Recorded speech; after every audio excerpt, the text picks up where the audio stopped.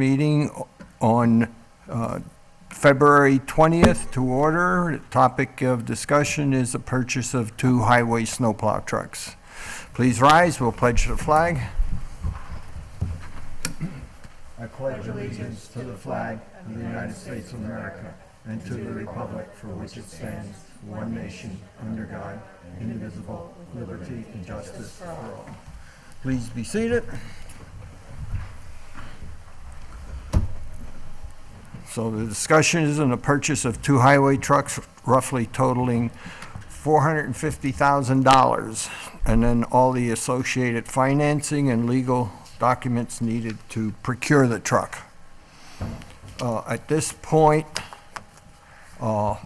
we have limited information on the financial status. Most of it is just one bid for what's called a lease to buy. We have 2 of them for bond purchase, installment bond purchase. And we know what the truck is. It's got a pile of information. We know where it's coming from. It's off a state bid. The big discussion will be on how do we proceed from here? And without having, as I mentioned before, sufficient bids, because normally you get 3 bids before you make a decision. I've done the same thing for TANs, tax anticipatory notes, did them for 3 years. We always went out, got 3 bids from various financial institutions. We don't have them now.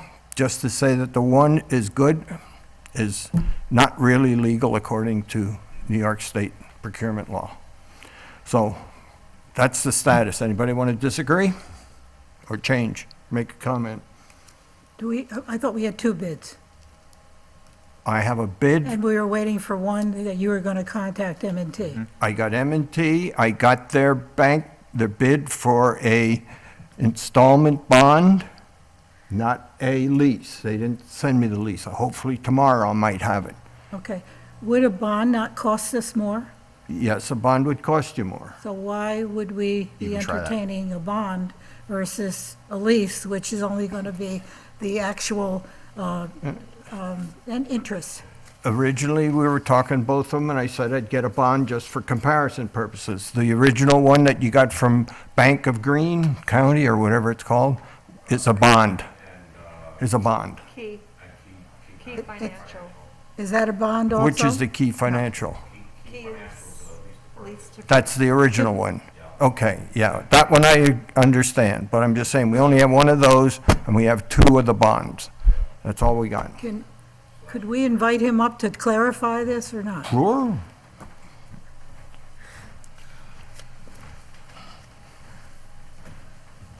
Okay, that would be your 3 then, because you have Key Financial, Green, and M&T Bank. They're not the same type of bonds or things. It's like buying a pickup truck versus a snowplow truck. I got a low price on a pickup truck, I got a high price on a snowplow truck, so you say, well, okay. It's not the same, because I'm going off of New York State bid pricing, so you don't have to go out to bid onto that. We're talking I know, financial. I'm talking- Financial, I have the 3 that you requested. No, they're not 3 of the same type. This way it gives you a variety of choice. You can pick and choose which way you want to go. If you have That's 3 what of I'm each. trying to If you have present 3 to of the board. each, you can do it.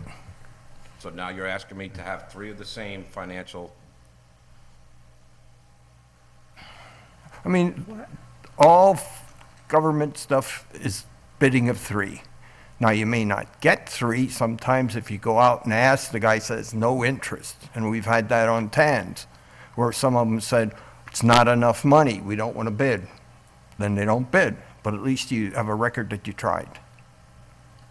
But isn't he correct that if it's a state bid price, we don't need to go through that process, and we have 3? They're just not all, 2 are lease and 1's a or whatever.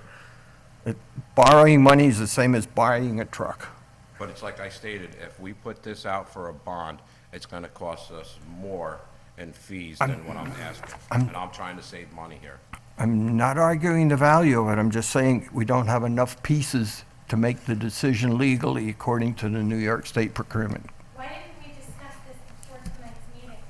That doesn't make any sense. We've talked about this a million times already. You can't talk from the audience without talking on the screen. When we went through purchasing anything else, now maybe I'm naive and don't understand the process, but when we went through to purchase other things, I was under the understanding if we went through the state and the established stuff, that was sufficient, that we did not have to go out and look for additional bids. No, we're not looking Okay? for And you additional. always ask that question. Did we go through the state? And if we did, we approved things. That's right, because we had the money in hand. Okay, well, we're never going to have this money in hand. That's, But you had the money in hand on 2019's budget with a brand-new truck, and there's a brand-new truck in 2020's budget that we didn't purchase last year. if that's the way you want to buy them out of those monies, then we don't need to go worry about what it is. We just write a check Then when they that's- come in. That's like I was Yeah. saying at the board meeting, with your options, because if we Yeah. purchase these two trucks, the way I'd like to do it, through financing it for 5 years, that would free up the CHIPS money for oil and stoning. Because if I buy this truck, one truck now, because last year's budget's gone. So this year's budget, you guys have $230,000 in there. If you take that money out of CHIPS, like I said before, that leaves us with roughly $85,000 to $75,000 to either oil and stone or blacktop roads, which equivalents to a quarter mile of road out of 72 miles in the town. The money from last year's truck is still up in Albany under CHIPS. We never got that money because we never spent it, so you only get it when you spend it. The last statement we just got in January from New York State Department of Transportation, which controls the CHIPS, paved New York in the winter recovery, there's $300,000 in there. That is it. That's for I the don't know CHIPS. the number. He knows it. I know it. Yeah, I'm We not got the arguing. statement. I'll provide it to you guys. I Yeah. have nothing to hide or No, no, nothing to gain. I'm just saying, you didn't lose that money for the truck last year that wasn't bought. That money's still in Albany. Now, I don't know if Albany gave you the CHIPS money for this year yet. We just got a statement in January, and it's $300,000. That's what we got in CHIPS. No, but is that last year's leftover, or is that new? That's last year's rollover. Yeah, that's last year's, but you're still gonna have more Because we money didn't this use year. that money last year. Yeah. It did not roll over into this year. But No Ray, rollover. it's also a time factor.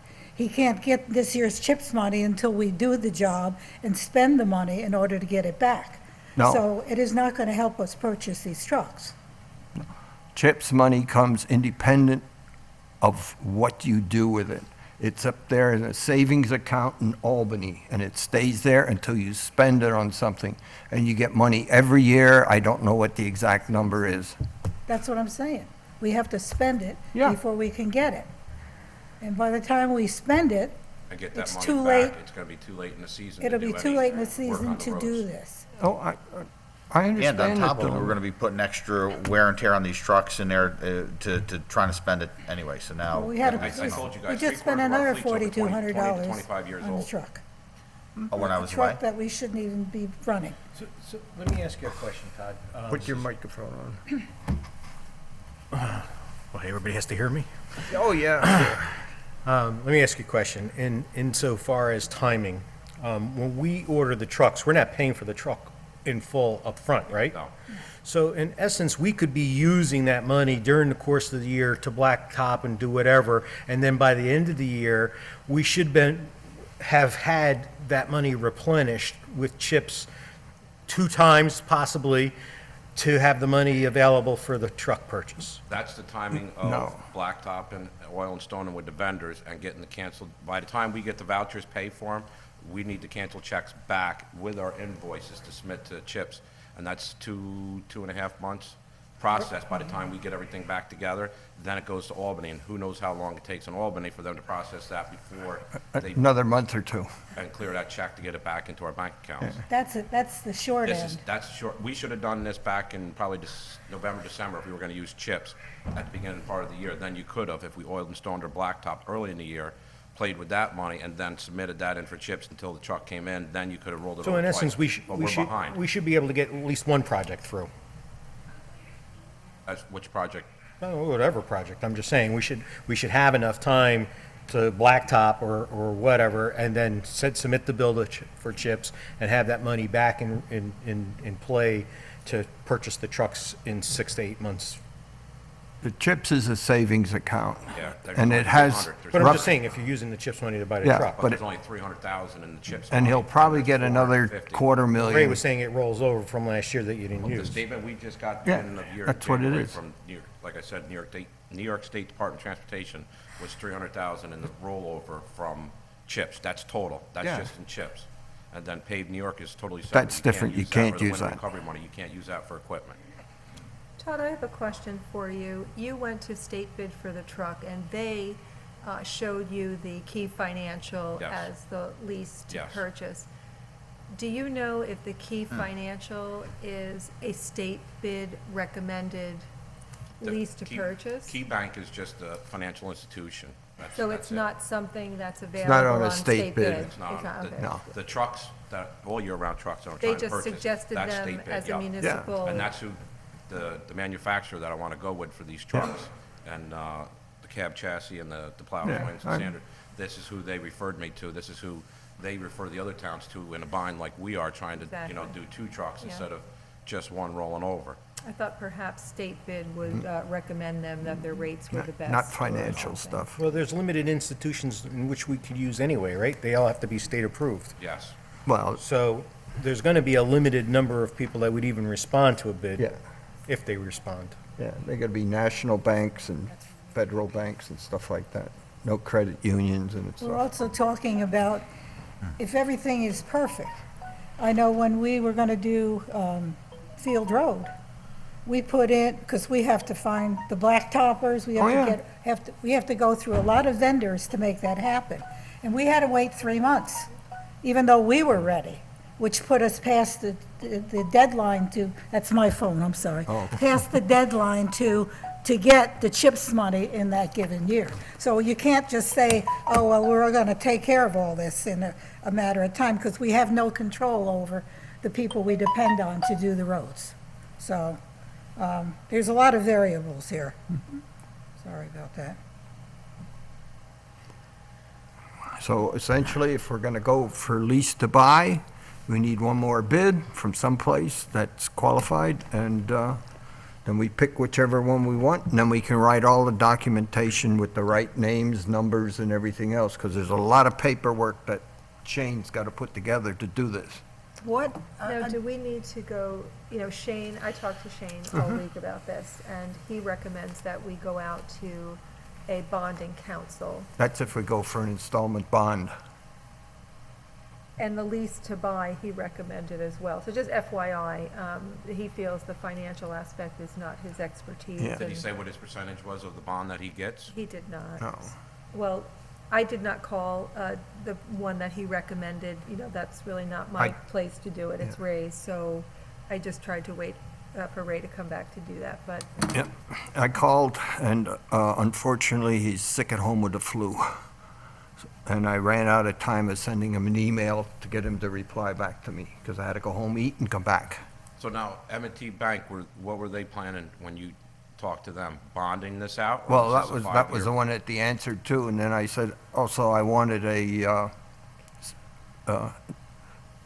to purchase, like lease to buy one. And he said that would be cheaper too, but I do don't we know the what the rate. difference approximately between a bond and if we lease to buy? I mean, there is a difference. in- Oh, yeah. I A mean, lot of paperwork. well, forget the paperwork, I'm talking there's a about money. Cost. Oh, yeah. several Because you gotta have thousand. attorneys and- Several thousand Yeah. dollars. So it's thousands Yes. Thousand. Well, at least, Bonded. yeah, 1,000 or That two. we- Two or so. we don't have. And then every year, you need to have the audited everything and Which is additional cost. Yeah. Right now, the town hall bond costs us, outside of the principal and the interest, just through some bonding agencies and stuff, anywhere from $800 to $1,000 a year. We got to pay them to do registrations and whatever they do with it. It's ridiculous. Okay. And that's not the cost to do the initial paperwork. Right. That's a separate cost. I don't know how big that is, but it's pretty big. So you're saying if we want to lease it for the 5 years, lease to buy, or whatever you want to call it, we need one more, Yeah. assuming M&T comes through tomorrow or Why do Monday. we need a second one, right, just for reference? You normally go on a bid of 3 like you do for trucks when you don't go off a state bid or you buy something. It's their standard bidding process. When you So don't you go have off. Key Financial, you're gonna get M&T. What's the third lease to buy number? Well, you could get Green. You don't have What one. was the Greene County one? That was a, That was a bond. That was Installment not a bond. lease. Yeah, that was not a lease to buy. Now, serving as a commissioner of the West Clinton Fire District, we purchased 2 trucks with a lease to purchase, and we never went through this. We went through M&T Bank with the 5-year lease to purchase, which is basically the same as the town government, and we did not have to do this. I That's- I I just understand feel that. like I'm being jumped through hoops to No. try to better this town and try to provide, you know, a better service for the residents and the taxpayers Yeah, here. I understand that, but you may take liberties that I choose not to take. 17 years with the fire I- district, we haven't been audited, or and our books went through the AUD and everything else, and they I know, found no fault in our system. I know. But I'm not gonna get involved, because people go down the highway on the Taconic at 100 mile an hour. If they don't get caught, they're safe. If they get caught, they scream. It's the same thing here. Well, you're talking, that's, I don't think that's a good example. Okay, We're well, not trying to do something that's illegal, like driving down the highway and not getting So caught. Todd, you need If you want another only one financial bid, institution you're that's gonna illegal. give you another lease to buy. ask Green. All right. I'm gonna leave this. The longer we wait on this, the price is gonna go up, because the price of steel and everything else is going up after Locked in until we can. end of February. These prices are gonna go up, just to give you a reference. And then it's gonna take longer for these trucks to come in, and then you're gonna be in until, If- won't be until 2021. So now you're talking November, December next year before we get these trucks in. And like I said, keep It's a saying, problem. these trucks are 20, 25 years old, and I keep throwing good money after bad money on these trucks. Day after day after day, storm after storm after storm. Yeah, So I just want to say, you said something interesting, Ray, that it's not something you want to do. But what not want to do. you don't want to do this with fewer than 3 bids, but you That's didn't right. say that that it would be illegal to do that, or that we're not legally allowed to do that. You're legally supposed to have 3 bids on those, because I did those on TANs. I went through this, it's the same process, except it's a little different set of money. Went out to 3 banks, got 3 numbers, and gave the lowest number. It wasn't always the same, I did it for like 3 years. Well, when Todd mentioned that they didn't have to do this at the fire district, your response was, that's not something I want to do. That's right, because, That's different People from, can that's not do- something that we're allowed to do. that's right. If they choose to do business in their manner, they can do it. I'm not holding him, Fire I'm not district going to attorney criticize approved him. it, You know? There's other issues that I don't want to get into on the fire district. They Okay, have the same rules that we do, all I can tell you that. all right, let me ask a question about what we're trying to do here. Do we have to have these 3 bids in hand before we put the referendum out? Yeah, because you got to write Yes. something. That has to be part of the resolution, Nancy, that approves the purchase by purchasing using And it has to this be financing. specifically for that? Because the referendum is the information to the community that they have, Right. that then it gives them the opportunity to come to the town to say, I like this, I don't like this, Right. and they have 30-day window in which to do That I that. know, So yeah. all of that information, financing, truck, and everything has to be available to the public. Yeah. So if we had 3 bids, do we have to tell them in the referendum we have 3 bids? No, we just tell them which bid it is, but Well, we you better would have it in our choose the minutes. one. The So- 3 bids So is the referendum has to call out the financial Correct. institution. correct. The one that we want. At such a rate for so many years and so forth, yes. Todd, the letter of intent that we would need to get onto the schedule on that, what is, because you said before that it doesn't have, we can back out if there was an issue on that. Is there anything in writing on that you know, or? We've dealt with this before. All it is a letter of intent that the town of Clinton's looking to purchase 1 vehicle, 2 vehicles, or 3 vehicles.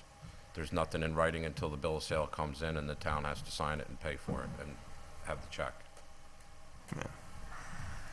So I mean, what is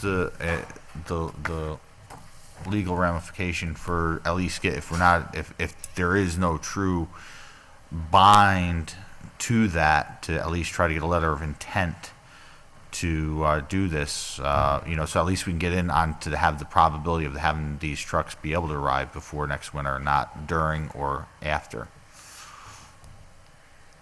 I don't know. If that's true, to have just letter of intent, and then that gives us the time to work out all the other details, you know, with getting them. Because that's I think what we're doing is we're trying to find a solution so we have something for the beginning of 20 and 21 a cycle rather than going into 2021, sorry. And these trucks, if we're gonna start trying to get, for the CHIPS money, start doing extra work and trying to get them, we're gonna work them to death, and they're breaking down, and I guess there was another, you said $200 when I was away. Truck just came And, back. and we're going through it. They're not gonna hold up. And if we're gonna ask them to do more, it's gonna be more throwing good money after bad. So we need one more. Is it possible you can, wherever you got recommendations from the state, is it possible to get additional references? So, from what I hear, we need two more, because we I'm have, getting M&Ts. okay. So we have the Key Bank, you're getting M&Ts, and there's gotta be a third somewhere, but we still don't have M&Ts. No, it Okay. should be today, tomorrow or Monday or something like that. Just to be clear, we don't need 3 bids on the truck. We only Nothing to need do with the 3 trucks. bids for For the finance. financing. Financing. And once we get those 3 bids, we still can't even put a letter of intent until we have the referendum, correct? Or we have the 3 bids, we can put a letter of intent to get these in motion, since we're I don't know. piggybacking up against another county's, I'd have to ask the attorney, but I think we could. well, then, I mean, if that's the case, then, and that's not subject, the letter of intent's not subject of financing, and if that was the issue, we should be able to at least do a letter of intent. But I won't do a letter of intent without understanding the financing. Because I don't want to be put on the hook for $500,000. Well, we're not being put on we're saying we have an intent to buy, we're still getting 2 other bids on top of the bid that we have for the financing. The truck's already under state bid, so we're not required to do any more than what we did, as far as that goes. So we're obviously just buying some time to work out the financing details. And and if it's truly, if the letter of intent, if something fell through, I mean, obviously it gives us egg on our face through the process and for future stuff. But I think, you know, we do have an emergency that this kind of is gonna have to work with. And according to procurement in New York State, this is not an emergency. You may think it's an emergency, but it's not in their definition. A bridge falling down is an emergency. This is not an Well, not emergency. to them, but to We us could it potentially could have be. a Todd, bridge can fall you down go to if the Green, trucks aren't. Green, tomorrow's a Friday, it's a work day. Can you go to them or call the truck company and ask them if they have any experience with towns financing through other banks? Try to get some references. Melissa, I'm around. I Call don't plan on Chase. working, but if you need my help, just Call let me Chase, know. I don't care. And see what sorry. I would say if you get that additional one, we could call a special meeting Yeah. to start the motion for this. Like Wednesday, for example, I'm just picking a day, And at that point, I guess I'm still not, maybe I'm losing something here. At that point, we have these 3 bids. On that, we can do a letter of intent before the end of this month goes up, so we don't Referendum. lose because from the beginning, when Todd started looking, I want to let the public know, when he started looking at pricing and he started shaving off the numbers and going around, because I've physically seen what he's been working on, he's been able to get the numbers down drastically per truck. And by doing the 2 trucks together, we're getting a better deal on that. And if we lose that, it's going to cost the town probably, how much would you say more from your original bids? Off the 2, Off the 2. 14,000. How much? Roughly ballpark was 14,000. A piece or No, that's, it was Together. 7,000 apiece. okay, 14,000. so that's 14,000 that can be going to other things within the town. Maintaining the roads, Yep. blacktop and Royal Stone. every dollar counts when we're trying to be fiscally responsible with the money. And the previous trucks we've gotten, they're just winter trucks, okay, that the town boards purchased, 225, 230,000. They're winter trucks. They're only run 3.5, maybe 4 months out of the year and they're put away. These trucks are gonna be all year-round trucks. So we're getting more for it, and I'm getting the extended warranty onto it, 5-year, 100,000 with the free towing on top of that. I mean, it's an added bonus, you know, so now we're getting more for our buck, basically, out of these trucks. And that's important, and what people have to understand, if we bought 4 trucks at $225,000 apiece, that's $900,000. We're cutting, because we're making them a full year truck, we're able to cut 2 of them out. So in essence, we're being more fiscally responsible with that, with these trucks, and being able to, and then we'll have the same trucks and start working towards the fleet on trying to have everything that's similar to for maintenance and stocking parts and getting better pricing on stuff. So my opinion, I would say that if you can make calls tomorrow, see if we can get that third bid of some kind, an institution that would be willing to do something, regardless of the interest rate or whatever, just interest, then we should, and give it to us, then we should be able to get right back together at the beginning of the week and have a special meeting and make this happen. Yeah. I say make it happen, make the, Well, be able to do the referendum. I'm just suggesting Wednesday without knowing if there's anything scheduled here or not, which would give time for the attorney to write up all the documentation, and we can approve the documentation, and then also at that time authorize the letter of intent. I have no objection to that, but we gotta have Well, 3 to choose from, and it'll be the lowest number, whatever it Any is. board members like the specs on the trucks? I- Email them to you. I'll can provide them to you we tomorrow. shoot for Tuesday rather than Wednesday on that? It's a little problem on, I'm not sure how fast the attorney can put all the paperwork together. Well, tomorrow, tomorrow's today's Thursday, I'm coming back from being away. I mean, I would rather shoot for, because that gives time to make sure everything's set. and Or then do we it can get- Thursday. Well, you want to do it the 27th, and then, but we have to have a letter of intent, and the 29th is on a Saturday. Yeah, well, send it on the 28th. What was wrong with Wednesday? I'm sorry. No, I have an engagement, but I mean, I might be able to move You it getting later. married? I don't, never know. The only night I have is Thursday, so Thursday works best for me. Thursday? Okay. Not that you guys can't have a meeting without me, but. But, I Thursdays- didn't want it Tuesday because it's not gonna be time for the attorney to put everything together.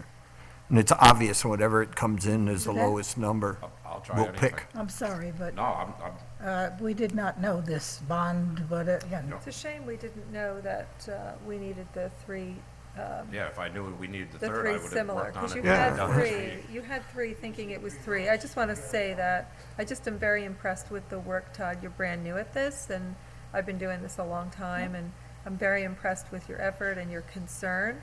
And I think it's really a shame that you did get 3 bids, but they were 3 different bids, Yep. not understanding that you needed 3 of the same Right, kind. yeah. So I just want to commend you on the work Thank that you. you've done, because I think you've done a really good job with it otherwise. Thank you. so can we agree that we'll get back together on Thursday as long Sure, as he can I'm get no that third trouble. bid? Thursday, 6:30. Approved, yeah, at 6:30, and we'll Is everybody okay with 6:30? It's good for me.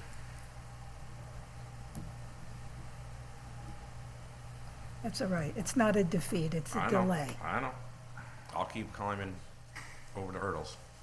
And you know what? You can feel good because it's going to happen. I know it is. Oh, I'm not saying we shouldn't do it. I'm just saying, I know, but I don't think any of us knew apples and oranges thing here. well, If we had known, we probably could have made the decision tonight.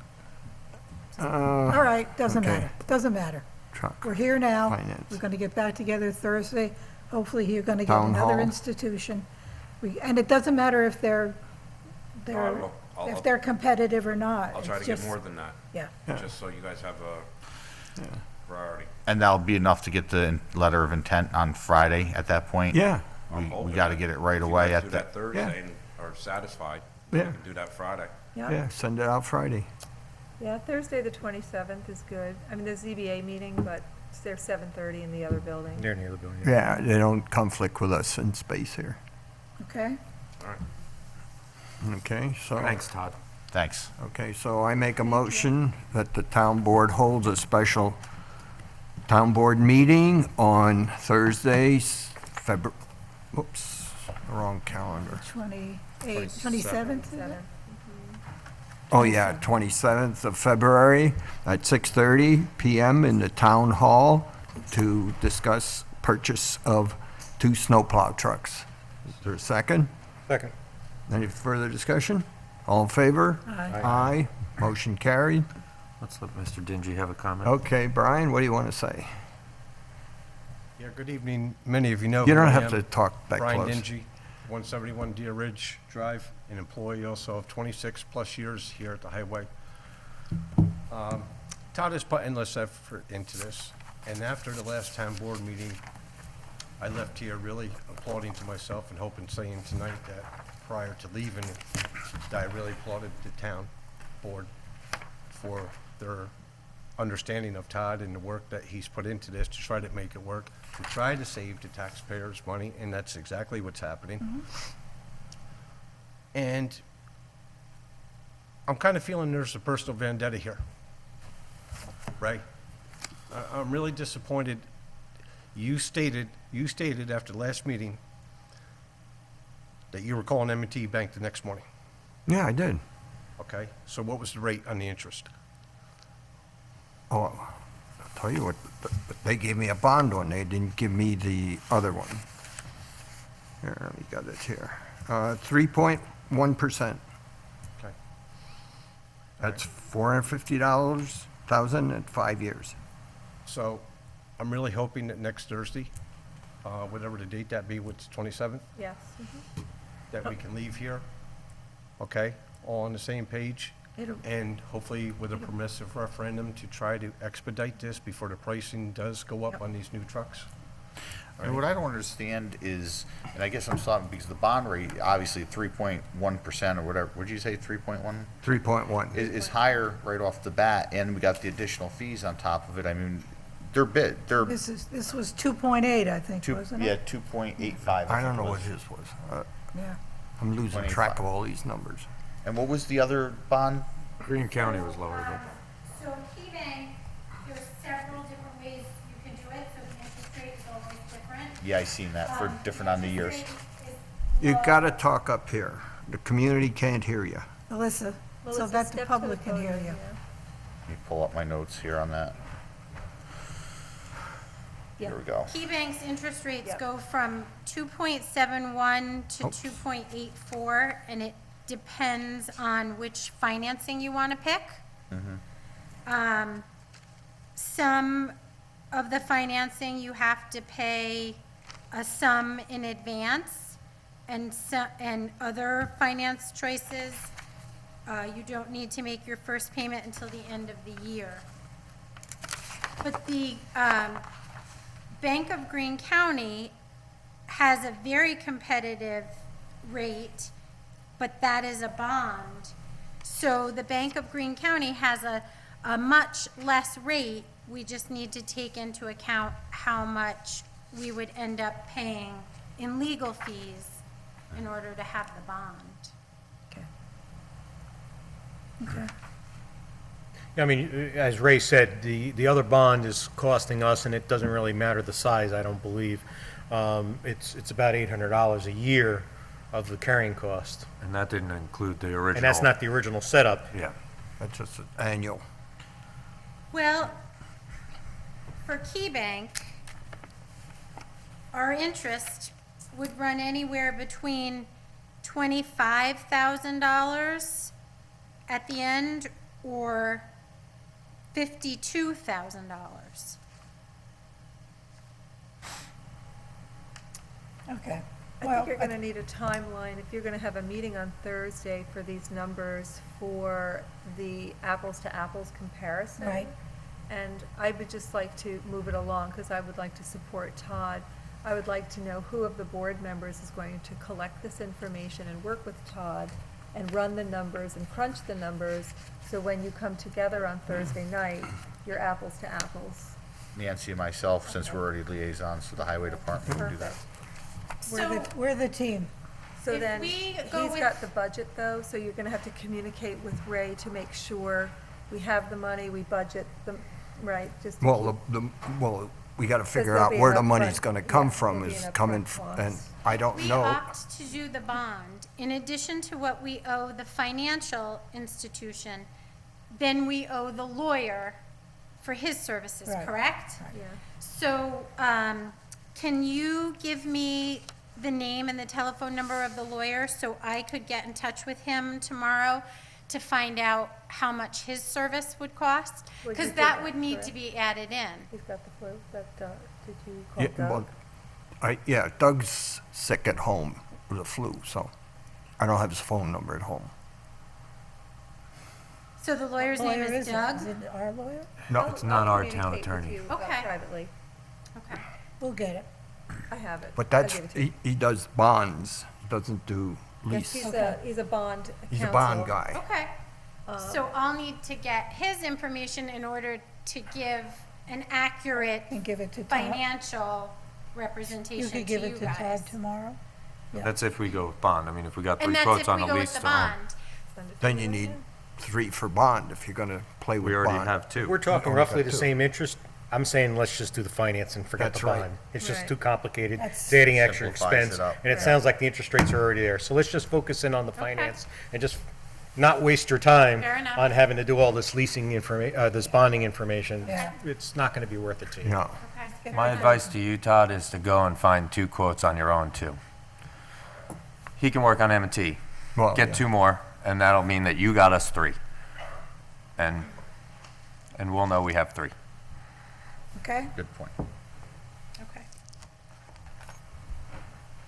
I want the ride in the, first ride in the truck. Okay? Are you qualified? I don't like the sound of that. Yes, Russ? Russ Tompkins, Shellsville.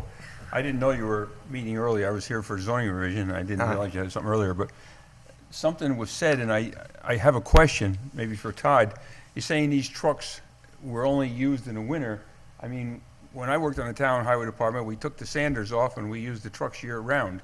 So it didn't matter if it was a four-wheel drive or what, it was used year-round. And it sounds like you're saying that some of the trucks are only used for the winter season. You don't get, if I remember right, even though these trucks are old, I don't think they're really that high in mileage. My car out in front has 200 and some thousand miles on it. And I don't really comprehend what this meaning is of a truck that's usable for the whole year. Any truck to me is usable for the whole year. So maybe you could clarify. I wasn't here when you started this, so I don't know what it is.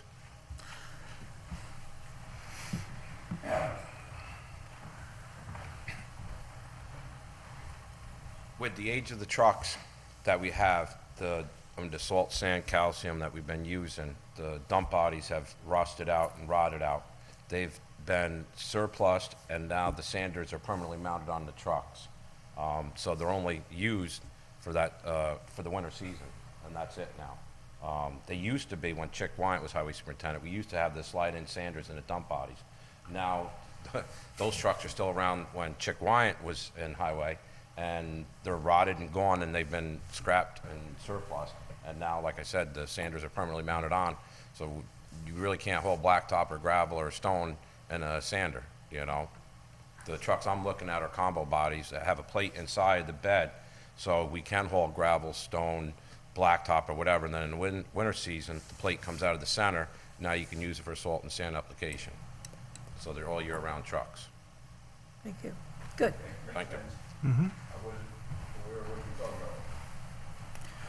Okay. All done? So do we have to make a motion on this, or you, no? That we're going to We meet? did Thursday? for the meeting. Next week. But So this is an everybody will open- everybody open knows meeting. their part. Okay. Yeah. Good. So I make a motion that we adjourn. Is there a second? No, wait a second. No? Oh, you want to say something? Oh, okay. Something other than this, I was waiting for the end, is that I didn't realize that you only emailed me and Nancy the contract that the highway guys had signed and sent over to you. So I tried to email Chris and Michael tonight, but I'm having issues with the Wi-Fi in here to send it out. But I would ask that maybe next Thursday or by next Thursday, everybody have it read so that we can sign off on it and finalize this contract with everybody. You gonna have an executive session beforehand, or are you gonna do it all in open We session? can have it read afterwards. That's not the question I asked. Do you want it in open session, or do you want I an guess if we have executive session? conversations about it, we can have an executive session. If we don't have any questions about it and we want to move right to a vote, we can, Is there a need to have an executive I session? don't know, I didn't read it. You didn't read it? No, I just sent it to you guys. we negotiated, we didn't need it, so it was really up to you guys I to. understand, but you gotta know what was handed to me. I don't know what your negotiations were, so I can't say that, changing My is the was. assumption was that everything that we just discussed was in there and that it was a go. Right, so do we Okay. want to say, let's have an executive session at 6? Then we'll come out of executive session, we'll go into the contract thing, and then after that, we can vote on both things. Sure. So we have a Make motion? Motion, make them, Who's just say the seconded? same thing. I'll second it then. So we're Further gonna come in discussion? at 6 o'clock. 6 o'clock?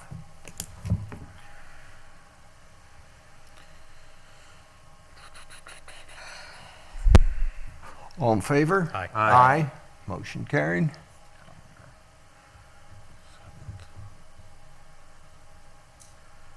Okay, Now I think we're done. okay. All right. All in favor then, So, to close this Adjourn. meeting. adjourn? Aye. Get a Aye. second. Aye. Say Somebody aye. get a second, Mike. Oh, we had a second. Chris Second, aye. did a second. Alrighty. Enthusiasm. Now for the fun part of the evening. Get out the popcorn and butter. Have fun. I think we should get a little popcorn machine up and, here, we'll get more people out, coming out too. That's it. I'll supply the popcorn. I'll take 3 references on that, and then we'll choose from those 3 on which popcorn machine to buy. And the same for the butter. Is it real butter? And the napkins, to clean your hands when you're done. Judy, we're done with this section. I didn't plan on it, but I'll be around. I got to talk to. Judy? We're done with this section. Yeah, she's Okay. in and out quite a bit. Yeah, she's Oh, got okay. issues. I didn't know if you separated the 2 separate meetings. Yeah.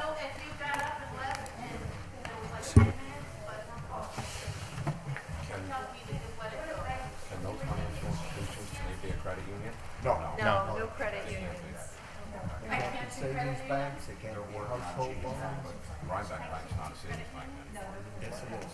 They changed their name, but they didn't change, I don't think their charter. Change your charter. Change your name. She said no. TD Bank, Chase. TD, a credit union or something? No, she said no credit union. I don't know what TD is. You have to ask them. Wells Fargo.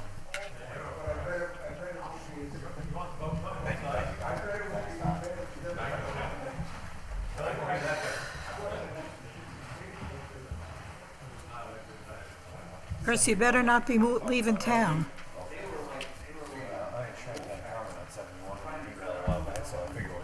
We're gonna go back to 71? Well, that's the next section, it just hadn't been in, Oh, but it was only one comment, oh, so we'll talk about it for an hour and a half. That's how it works.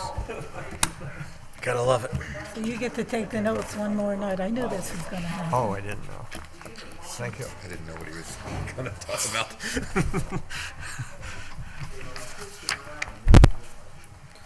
I'm trying to find where we are in the book. Well, we're gonna go to 71. Apparently, Michael says, There was an email a while back from Mr. Schrank, and he had one comment on 71. It's all Michael's fault. 71, okay. you're being paged. I didn't page him. When we start the meeting. After we start. What's the temperature on? Cold. Hot. Cold, Outside? cold. Is anybody else cold? I'm hot. Nope. I'm ready to take my jacket off. It's this lovely geothermal system that we have here. No, it's a Hot spots in the thermostat. room. It's a thermostat. I know you're cold. Freezing. Tell me. Oh, you are hot. You bet it, baby. Hopefully you're feeling okay. Your microphones are on. Poor Nancy sitting there, he's coming down with the cold. Okay, we ready to start? Phone's on anyway, so here's everybody. Okay, I'd like to call the workshop on zoning revision to order on February 20th, 2020. Please rise, pledge the flag. I pledge allegiance to the flag of the United States of America and to the republic for which it stands, one nation, under God, indivisible, with liberty and justice for all. Please be seated. At this time, Councilman Michael will conduct the meeting. So it's been some time. Obviously, it was up in the air as to our last meeting being on or off, so I put everybody's minutes and corrections in your mailbox. Hopefully you have them. If you have any comments or changes, we can deal with them. Other than that, it was mentioned that you had sent us an email back in September about 25071. And even though it's not really on the agenda, it is in the order of what we're doing. So if you'd like to come up and express your I concern. have it if you don't. All I have it. I have it 71 here. So the email said in D3 in 25071, why should D3 exempt or all or nearly all agricultural activities? What is quote unquote accepted? It is so vague as to be meaningless. Does Ag and Markets Law require this exemption? If not, I suggest D3 be deleted. It is a fairly vague sentence. Accepted agricultural practices with no definition of what accepted agricultural practices are. In our zoning, but it is in the ag laws, or the ag. So it is Ag and Markets? Yeah, ag and markets.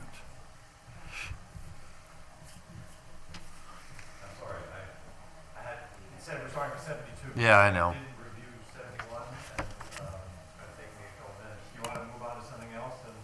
Sure. Or we can go on to 72, I guess. So let's start with 72, steep slopes.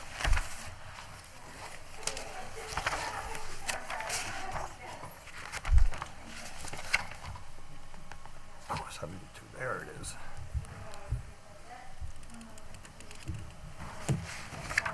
Oh, Oh, he's awake. I mean, I'll start, if you like. Iron Shank, Fiddler's Bridge Road, in 72. I have a few comments. Oh, 72, okay. Yeah, we're gonna so I start thought with that. No, no, I thought he was coming up for 71. No, I was haven't just going had a back. chance to go back to 71. Okay. In C2, these are exempt activities that you can do regardless of the nature of the slopes. And 2 starts out fine, diseased or dead timber, that makes sense. Or other vegetation. Other vegetation is everything. I mean, well, it says subject to the routine forest management practices. So any of the properties that are in the forest management. Fisher Forest Act. Well, it doesn't say Fisher. No, but I'm just There saying- is Fisher, and then there's Yeah. regular, and then there's going to be a third one because Yeah. the state's looking to make it even more difficult to get in. But those have a management plan by an arborist of land clearing, not necessarily the land, but the trees. So this is probably, because it's before my date, probably was put in because of the management has an actual arborist that's making those plans. That makes more sense. I Yeah. didn't realize that was what it meant. It would be clearer, I think, if we said other vegetation in accordance with some kind of forest management practices. Because I thought it was other vegetation was one category, and then routine forest management practices was still another category. You're saying it's really one concept, and which makes more sense, and I don't have a problem with it. But could we say other vegetation in accordance with? To me, routine also, that was my other comment there, is I didn't know what that meant. Could we say best practices for forest management practices, or forest management practices in accordance with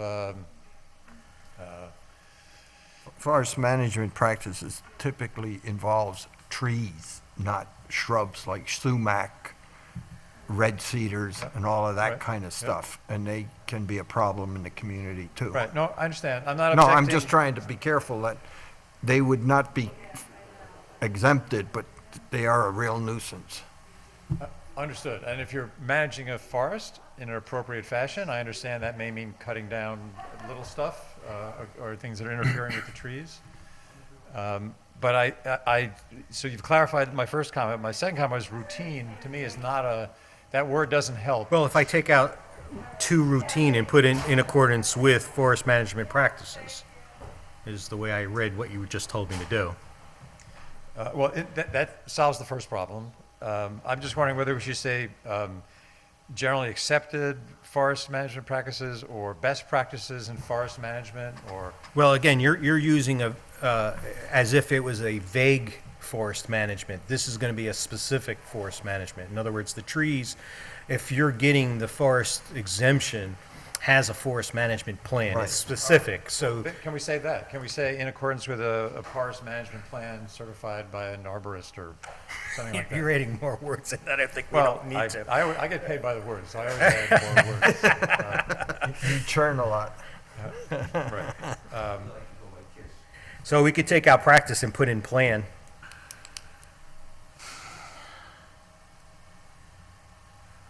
Yeah, In accordance with the forest management plan? can we say arborist approved or something like that, just to make it, you said that's what it's going to be. Yeah, I don't know if it's just an arborist. There may be other designated people. I mean, I haven't looked at a forest management plan, so I can't be specific as to who's actually certifying it, but I do know arborists do An arborist. typically do it. But I don't know if there's anybody else. It's like there's architects and then there's engineers and there's an overlap as to what they do. To ask me what they do, I don't know. Would it work to say governmentally approved forest management plan? No, we don't approve them. Forest ranger does. Forest Well, guy I'm okay does. with arbor, I mean, I would think it's an arborist in every case, and that, I think, would be helpful. The only thing I get confused about, if you do it that way, that says there are very few forest plans, management plans in town. Very few, really. Because you have to have 50 consecutive acres. Yeah. They could be on different properties, but they all got to be consecutive. Yeah, my land is in the Yeah, program, so. I'm okay, familiar with yeah, they gotta be consecutive. Now, if I only have 25 acres on a steep hill and I gotta cut a couple of these shrub trees, red cedars or whatever, I don't have a plan for that because I don't have 50 acres, so I can't have a plan, so I couldn't cut those red cedars down, for example. Well, so my core point is, how are we protecting the slopes if we're giving a free rein to cut down all the trees? Well- So let's say you don't So have two trees. here's- Let's say you have 200 trees on your 25 acres, you want to cut them all down, and they're all on the slope. So let Is let that me- allowed? Let me give you the fallback protection is that the DEC steps in at 12 acres. Or is that just the water? The DEC steps in at a certain part when you're clearing land. So there is, like, if you just cut the trees and left the stumps, DEC doesn't get involved. If you clear the land, If you dig the stumps you out. dig the stumps, then the DEC gets Most involved. of the time, you don't take the stumps out. They're I know hard to the get water rid is of. 12 acres. Yeah. No, it's 12 acres. So, yeah, if you're It's a clearing hectare. 12 acres or more, then the DEC steps in as a regulator. Okay. And you don't take the stumps out because there are severe rules on what you have to do with them. No, it's not. It's not erosion. You No. can't put them places. Oh, You gotta put them through a tub grinder to get rid of them, basically.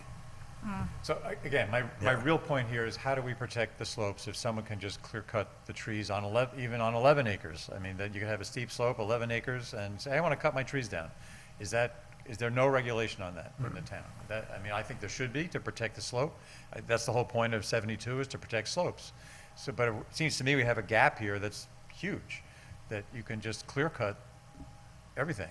And I don't know what DEC's, I don't know the DEC. Well, this is only exempting it if it's a removal of a diseased tree, a dead timber, or part of this management plan. So it's pretty specific as to when you can clear the slope.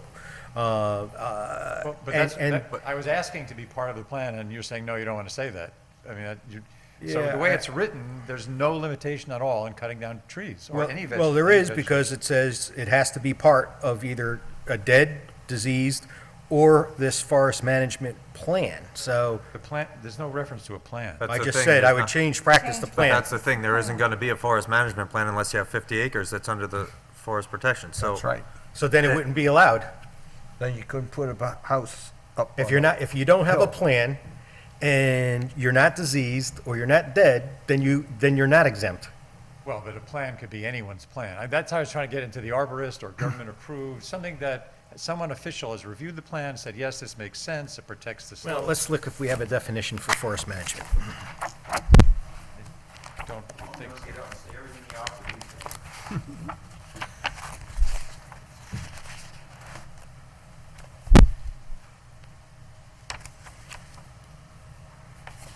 So we don't have a definition for forest management plan, but we can certainly put one in. Well, that would work. I mean, if we define it and there's some official nature to the plan that someone who knows what they're doing has signed off, then that would be helpful.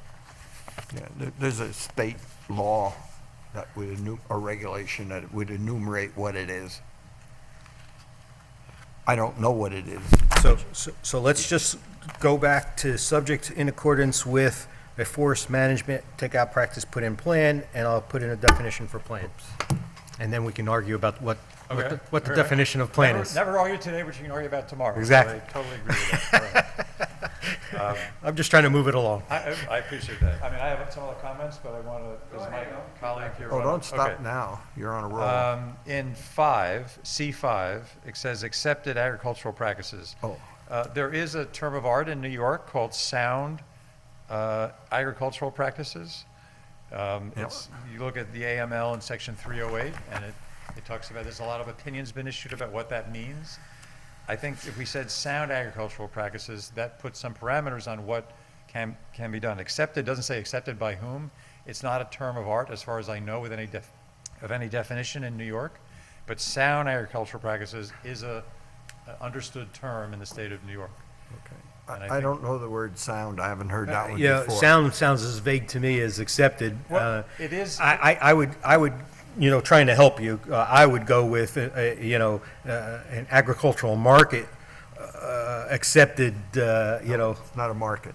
Well, if you look, again, it's section 308, I did look into this one, I Yeah. found something, unlike the forest management, which I couldn't find anything, here I found something in the law. Yeah. There's many opinions and writings regarding what sound agricultural practices are Mm-hmm. in New York State, and I think that's some good guidance. It's Okay. more definite, it's not, is it totally objective and scientific? No, but it gives you some guidance as to what good practices are in the state. Well, you're the attorney, I'll leave you to this wordsmithing. All right, well, great, so. And I would comment that this is the same comment that you had in 71. Oh, well, at least I'm being consistent. That's great. That's good news. Yes. I just never heard the word sound, so the thing you have to do is check with, over at the Farm and Home Center, or in either the right side, which is the federal part, or the left side, which is the county part, to figure out what is the right wording if you're Well, gonna use. I've done that. No, he's done Sound, look at section 308 and the opinions issued under section 308, and it has a whole bunch of stuff about sound agricultural practices. So I've actually done that. Okay, I'm just saying, research. I just never heard of it Okay, before. well, I've heard of I understand. agricultural practices, and you gotta have a certain plan to get federal monies to do spreading of lime and digging ditches for swales and all that kind of stuff. Okay. So I know the plans exist for various industries, whether it be dairy, sheep. It varies because there are different requirements for course, these of animals. course. Then I skip over to E. This is very minor. It's purely clarifying meaning of section E. You look at the beginning of E, it says approval standards for moderately steep slopes. And it says, when considering an application which includes the disturbance of steep slopes, you should put the word moderately in the second line before steep, again, just so it's clear that's what we're talking about. That's purely clarifying, there's no, I don't know, is moderately, Standards for Well, you're moderately right. steep I slopes are understand. within- Oh, okay. Well, What he's that's- saying I is didn't added think in so. again there, Okay, so that it's, yeah. Okay, the standards follow, I was looking in advance, that's all. Well, I mean, Russ, maybe Russ is correct. I mean, since the lead-in, there's a mistake somewhere here. Either the first line's wrong or the second line is wrong. They should read the same way. Russ thinks E should apply to all steep slopes, moderate and very steep, extremely steep. So either delete moderately in the first line or add it in the second, but they shouldn't be different.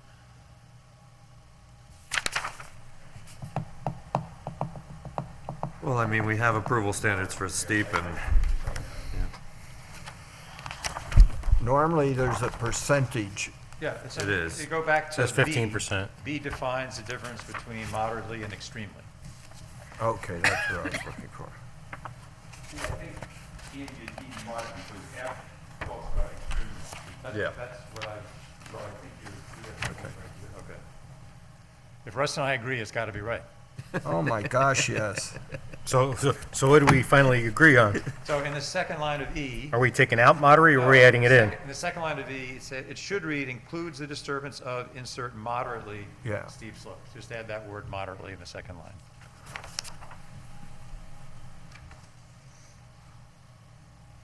Okay. The next question I had was in F, which is the extremely steep slopes. It really adds it says basically do everything for moderate and then add one more requirement that there's no reasonable alternatives. I've seen other requirements that you can't have roads or driveways on a slope of greater than 25%. In other words, on an extremely steep slope, you can't build a driveway or a road. I would think that's an appropriate thing to add to extremely steep slopes, that you can't build a driveway on that slope, unless it's covered somewhere else. Unfortunately, we don't have a driveway Law. local law. We never had. We you know- only have the entrance, the first 25 feet or something, that's it. And I think it's more for the fact, other than the steep slope protection, but also for fire and emergency vehicles For egress. being able to Okay, well, that's. gain in and access. out.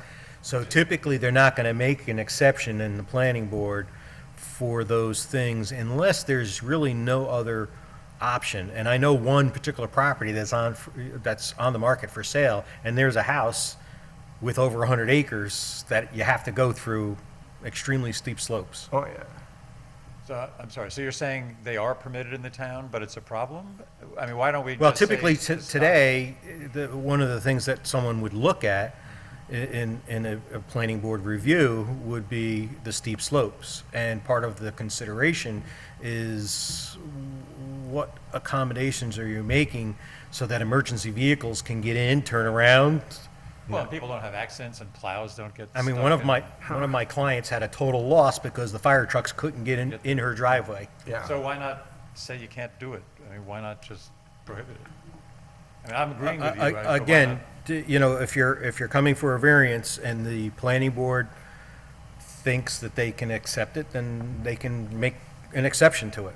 Or until we have a local law on driveways that would require clearance left, right, up and down.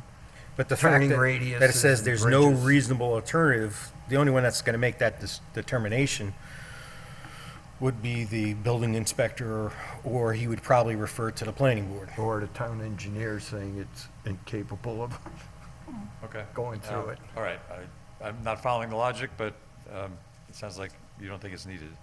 And is blasting, do we restrict blasting?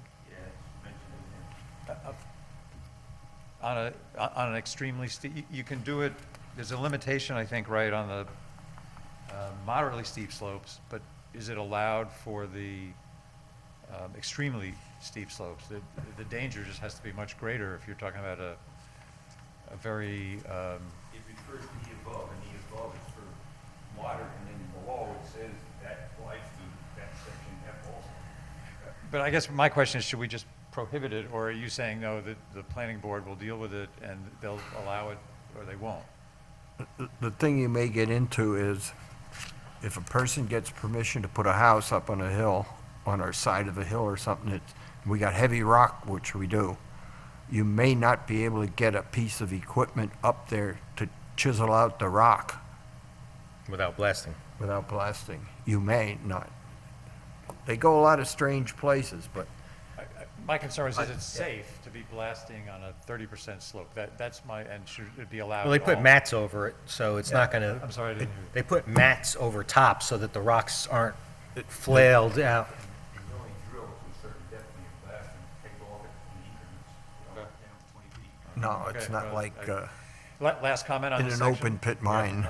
In G3, there's provision to deal with, you submit the final site plan to the chair for signature, and they have a 1 year to deal with it, and then it'll terminate if construction isn't commenced within 18 months. Should there be a limit on when it's completed? In other words, if they commence construction and then stop, and this happened across the street from me, where someone Yep. started construction, then stopped, and then, as far as I know, nothing's happened for a couple of years. And nothing will. That was a stop Yeah, I mean, order. That's what I thought, but shouldn't it die, shouldn't the permit die if they start and don't complete within, you fill in the blank, 2 years? That the approval is null and void and they have to resubmit? I think that's in the building permit section. The permits will lapse if not I completed think it's so, somewhere in else? there someplace. Yeah, because they only allow for like a 2-year period. 2 year, and then I think it's 1 year after, and it increments in 1 And you year. get another renewal. But then you if have to want come back and get the renewal for 1 year. Yeah, you can just go through the renewal process It usually. costs you money each year. Okay, all right, well, if it's dealt with somewhere else, Yeah. that's fine, and I'll let Russ have the board. And this won't be as hostile as last night on TV, but that was entertaining. I wasn't even paying attention to this section, and I wasn't gonna comment on it until Ian brought up C2, exempt activities, removal of deceased or dead, and I'm saying, wait a minute. Luckily, on my property down there, which is mostly, assume steep slope, and I cut wood off of it. Now, routinely, I harvest anything dead first, but there are times when I may have to cut down a live tree. And as you go by my house, you'll see the constant smoke going out until probably May of my chimney. So I'm looking at this, and C2, it sounds like I'm not supposed to cut down any healthy tree out there because it says removal of dead or diseased timber. No, that's what's getting the exemption. Yeah, and it should be exempt that I can cut down a live tree once in a while, too. Well, this is the exemption for disturbances on a steep slope. Yeah. By yeah. cutting down a live tree, are you disturbing the steep slope? I don't think so, but you've got here exempt activities, removal of diseased or dead timber. Yeah, but read 3, see if 3 makes you happy. Well, I'm not creating a trail, path, or corridor for the purpose of non-vehicle human recreation or maintenance of wildlife migration. So I don't see anything in there that allows me to cut down a healthy tree either. Okay. Yeah, you should be able to put it in quotes. I mean, I'm not gonna clear cut, No. and I do put a leave the stumps driveway there, in. but, you know, sometimes I have to cut down a healthy tree. I might cut down a dead tree and it gets hung up in the healthy tree. Well, you don't wanna leave that there. That's called a widowmaker. Yep. So you cut down the second tree to get them both down on the ground. So I think that under exempt activities, it's too narrow. Does 1 not fall under that, C1 for you? Customary landscaping. It's not landscaping.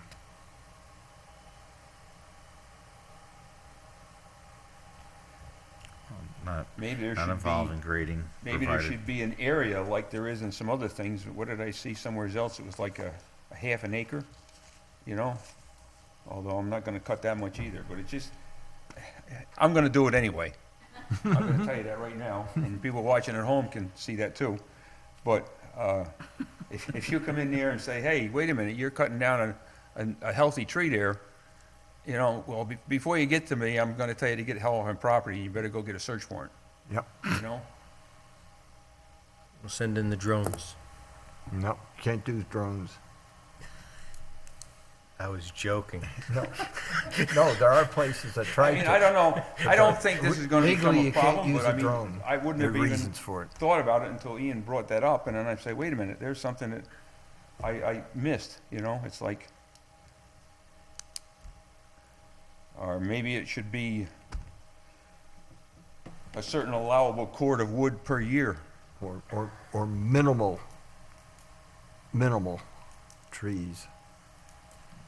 Like I say, I'm, As long as there's some, I mean, I don't disagree with you, Russ, but there should be some limit, right? Minimal or incidental or. And what's minimal? Not clear cutting.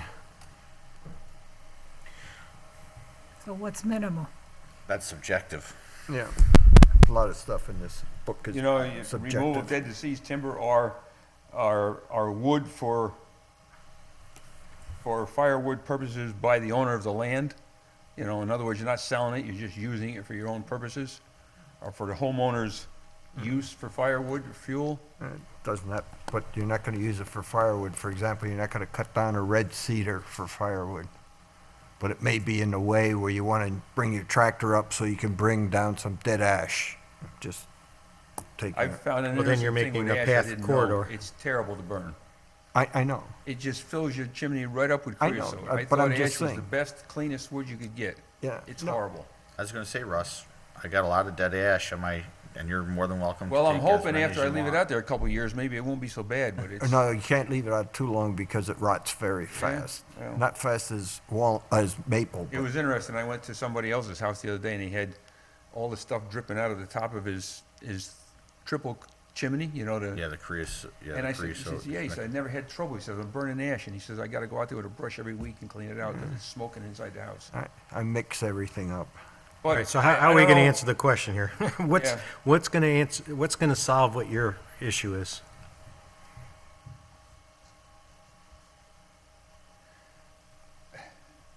I would almost say you gotta put in another section, be it 6, the cutting of firewood for use by the property owner.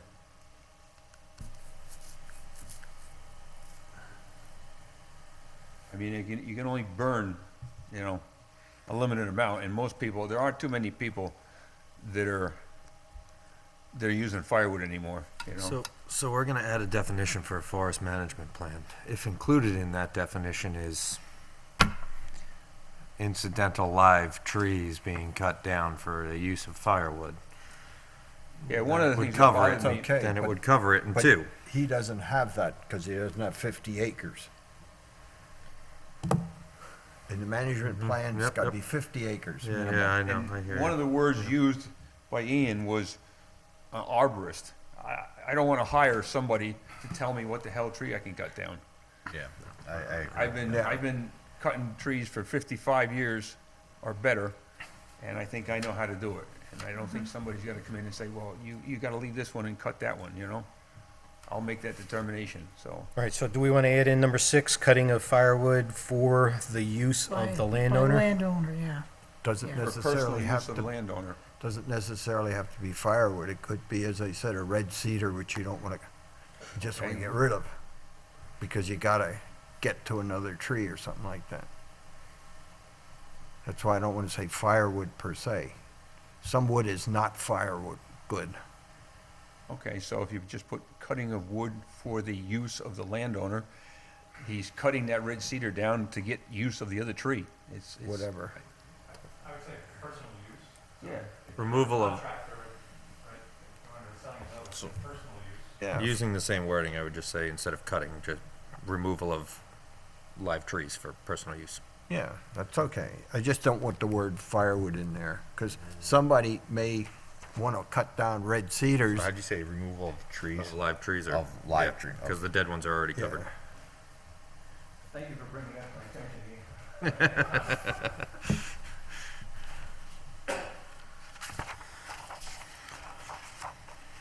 That's good wording. As a general note, and it's something that Ian actually brought up, but he doesn't have his email with him. And I saw it in G3, but it may be in other places, so you might want to just do a word search, Dean. The use of the word chairperson and chairman is used interchangeably throughout the G3, and I think it should just be chairperson throughout.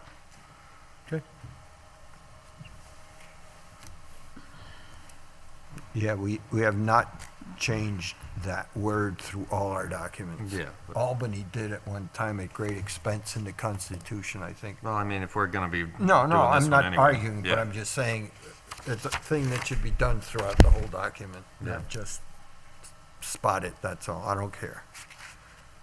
If we're done with 72, if we can go back to 71, I now see the email, and it was just the same exact issue, as you said. Yep. Mike. It Are we just done with changed- 72? Like, other than the comment here of chairman, chairperson. Anybody else? All right, 350, 71?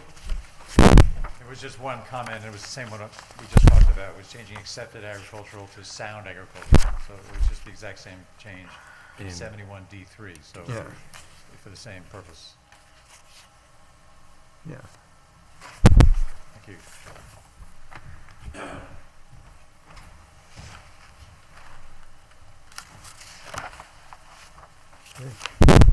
71, 72, 73?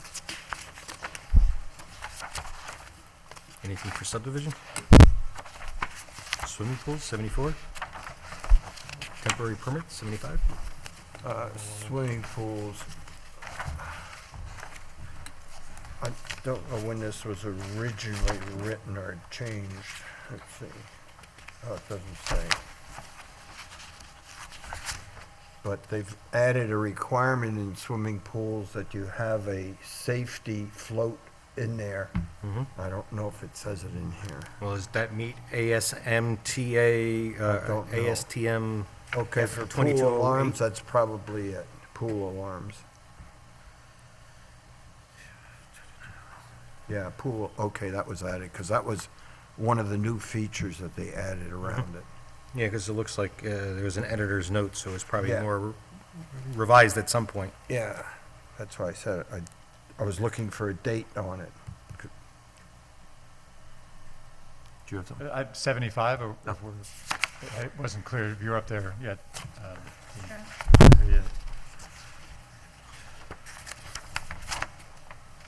Temporary permits? Yeah. A few comments. First, in A, can we change church? We have a defined term, place of religious worship. Can we change church to place of religious worship? No, No? because if you have a mosque, it's not a church. That's what he's Right, saying. That's what he's saying, changing change church to religious. Oh, my mistake. I was Oh. thinking you were doing it the Yeah. other way around. Right, inclusive, right. So that was in a A, what? first line of A, to Yeah. a church. A place of worship. Religious worship is the defined term. Yeah. And then still in A, one other comment. This is pure clarity. I was confused by what the second sentence exactly meant. The first sentence talks about various organizations can have a fair or carnival on its premises to benefit itself, and that's fine. I think the intent of the second sentence is to say it can also be on someone else's premises if you get the zoning administrator to approve that. If that's right, I think we should phrase it a little bit differently, because I wasn't sure what the intent of that second sentence was. It's just to approve, I think, it can be on someone else's premises. Sounds So what it's supposed to if be. that's so, to make that very clear, in the third line after premises, I would have put a parenthetical phrase saying, or other premises with the approval of the zoning administrator, close paren. Yeah, 'cause you're sort of even getting into the thing of the events law kind of situation when it's not on their own personal property. Well, I'm not objecting. No, I'm no. just trying to clarify Yeah. what we mean there. And I think my words are making very clear where the movement can be. Yeah. Right. So adding,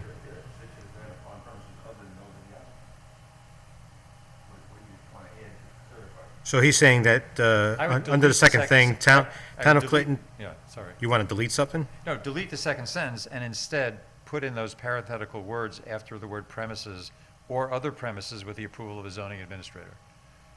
It's only attempt at clarity. It's not trying But to you just said change. two different things. You said delete the sentence, and then you said Right, add delete in. the second sentence beginning upon request. He's saying as a point of clarity, if we delete the second sentence, but then add its meaning basically in a parenthetical Right, way in the exactly. first sentence, it would be more clear because it would be all in one statement. Oh, That's okay. exactly my point, it's just clarity. So to benefit the applicant, and then how would we add in? In So- the third line, after the word premises, insert a parenthetical, which is the thought for the second sentence, or other premises with the approval of the zoning administrator.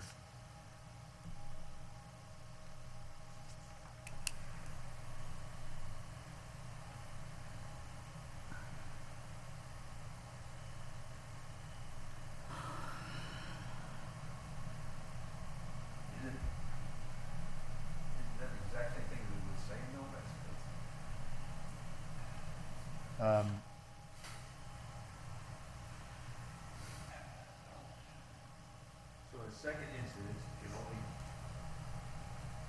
upon request, the zoning administrator may issue a permit to such organization located in town, all such an event upon premises other than those they have been. See where it was.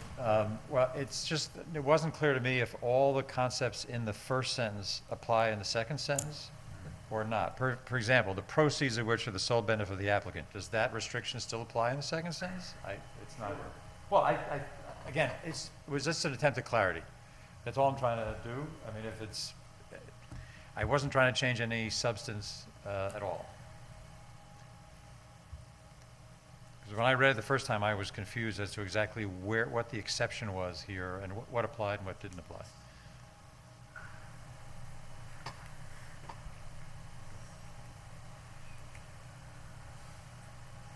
Okay, I got a question on some of these things like that.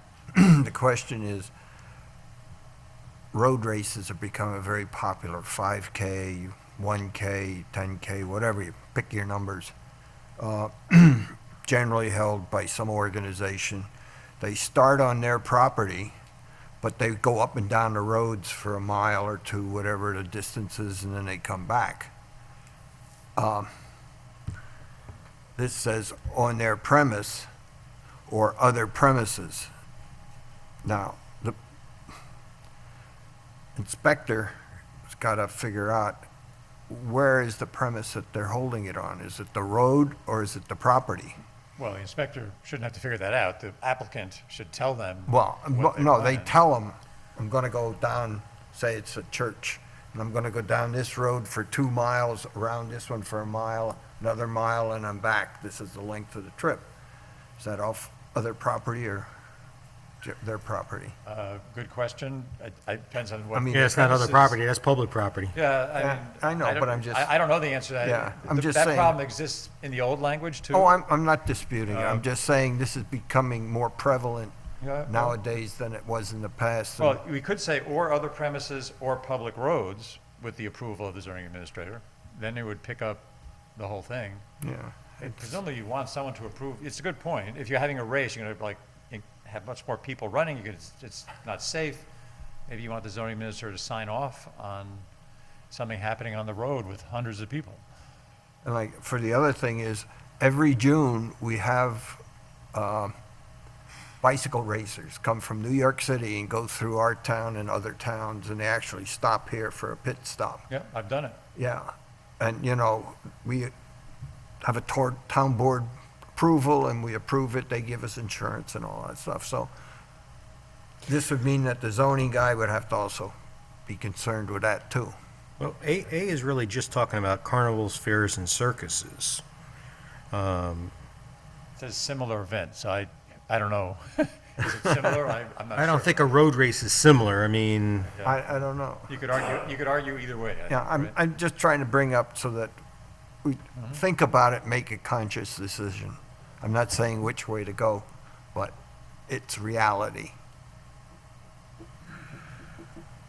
I would think someone should be reviewing, if it's a zoning administrator or someone else, someone should look at the plan and say, yeah, this is okay in our town, and we'll set up signs, we'll have a couple police or whatever. Yeah, we know the process on this road thing, and every year when we approve it, as a board, not the Board. ZA. Well, we approved them setting up their rest stop here. at the Yeah, we town don't hall. approve We don't them doing approve it. their route. don't approve the And I've routes, actually yeah. have received Complaints? a complaint from people on Yeah. Nine Partners wishing that they would just stay on county roads and not local roads. They ride all abreast of the road Yeah, they Yep. take up, and don't move over looking behind them. Yeah. We don't approve that at all. We don't dictate that. And then matter of fact, I just took down one of the signs yesterday, Yeah, I know. up the road from my house. I know where it was. Now, that's been there since last summer. Yeah, since June or July. Yeah. I just bring up that an event that is not explicitly covered in this thing. You could include roads. You say premises or roads, or and roads. I don't know if we want to. I think you'll be so hooked to liability, you start proving them riding the roads and stuff, it's public highway. Yeah. Well, they give us a liability insurance policy. For this. That's because they have the event here. But just not, you're right, it's a public road. Technically, they may not need any Yeah. approval to do it, right? I mean, the part in the past that you approved were The use of uh, this facility The actual here. stops. Yeah. Right Yeah, here. The property here. Yeah, it's an interesting on the road, because anyone can just come ride, get on a bike and just ride. And we have a lot of them that go through that aren't part of that group that go by my house 6 times a year or more. Motorcycles too. One quick comment on the change to place of religious worship. Just make sure it's all capitalized because it is a defined term in our, Place, yeah. yeah. So that people know that it's a defined term.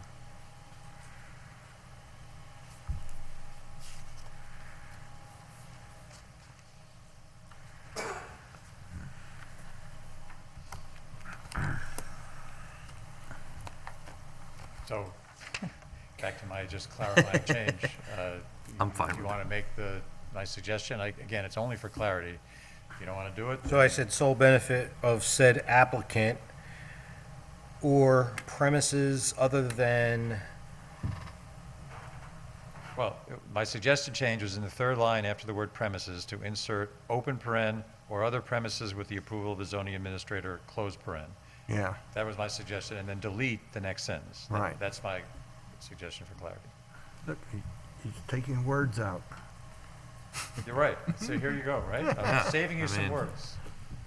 so say that again, because I edited the last. After on the third line after premises, yeah. open parentheses. Yeah. Or other premises with the approval of the zoning administrator, close Close, parentheses. Then period. And then you can cut the second sentence.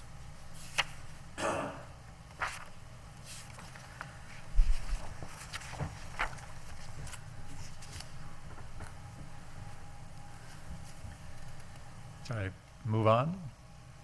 Go ahead. In C, second line, it says any roadside vendor, solicitor, peddler.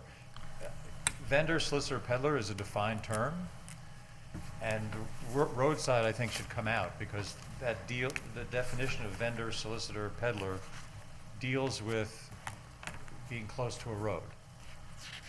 So putting the word roadside in there just makes it totally confusing as to what you're talking about.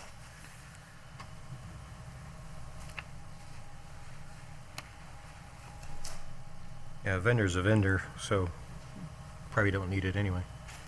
Yeah, no, I think the word roadside is just confusing and should be Yeah. deleted. That word should, Because the definition itself contains that. right.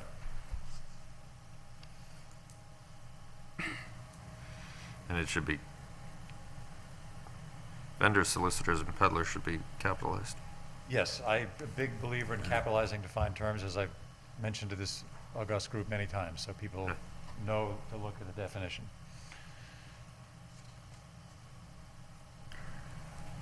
Every time it appears or just in the first line there? I know in the thing, like, Well, every time it appears. I'm just yeah. is- clarifying, that's all. That's the generally accepted approach by lawyers. Okay. everywhere.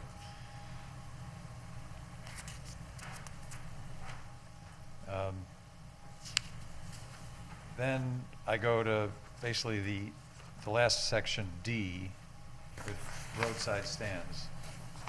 Now, that's also a defined term.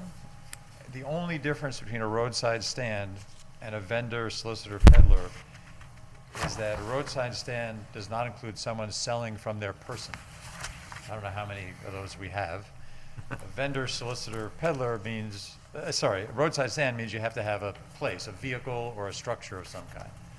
And we have separate rules for roadside stands than we do for vendor, solicitors, peddlers. I don't think I've ever actually seen an old-fashioned peddler in town. And when you look at D, which deals with roadside stands,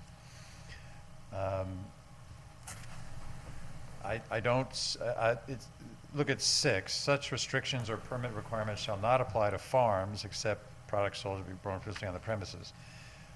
Why does that not apply in C to vendors, solicitors, peddlers? Because most farm produce is not going to be sold from your person. It's going to be sold from a structure or a vehicle, a truck or a car, which case. Or a wagon or whatever. Which case you're going to qualify as a vendor, solicitor, peddler.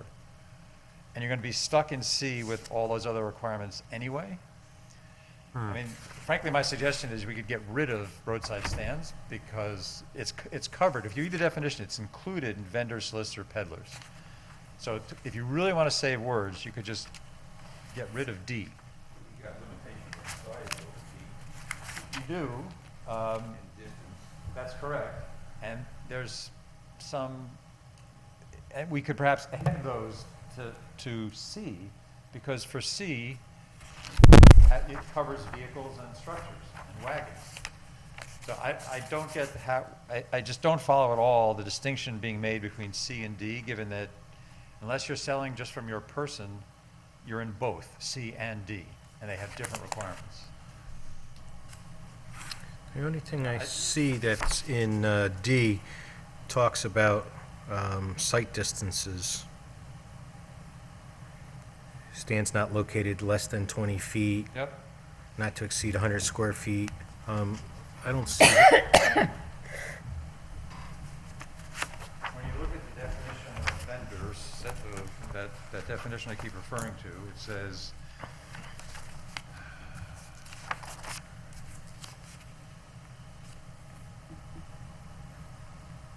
you have to be doing these things on or within the prescribed distance from any street or sidewalk. And where's that prescribed distance? I don't know.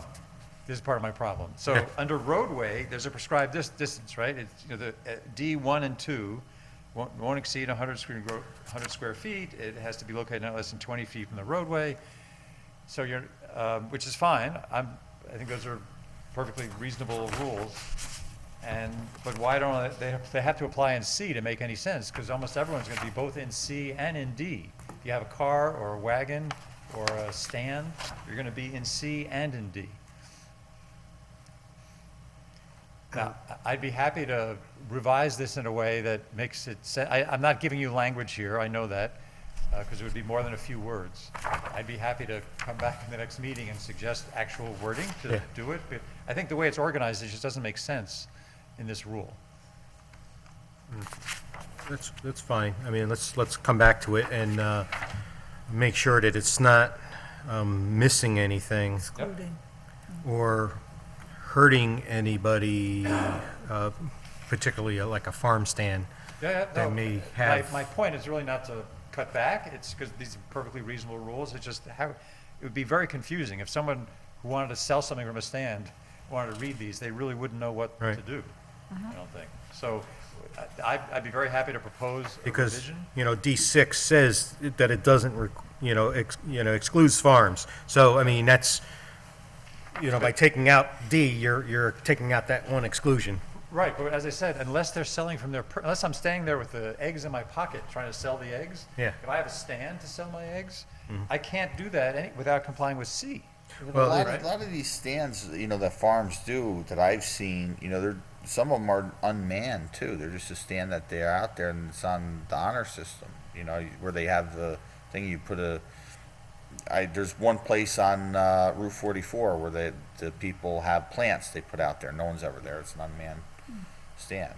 I think that's with a vendor is someone physically being there, or a peddler or solicitor means there's someone physically there. I mean, that's the way I also read it as putting, because that's what I've seen. I mean, I guess they could have someone sitting there as well. If the intent was to exclude farms from this, that attempt failed because they're covered by C.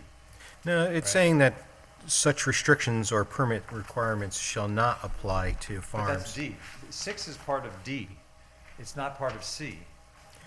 Well, it's only talking about roadside stands in But D. roadside stands is anything you sell from a vehicle or a structure, and which is also, the only difference between C and D is C covers people selling from their person, and C and D both cover if you're selling from a vehicle or a structure. As I said, it's not well written, this section. It's poorly organized.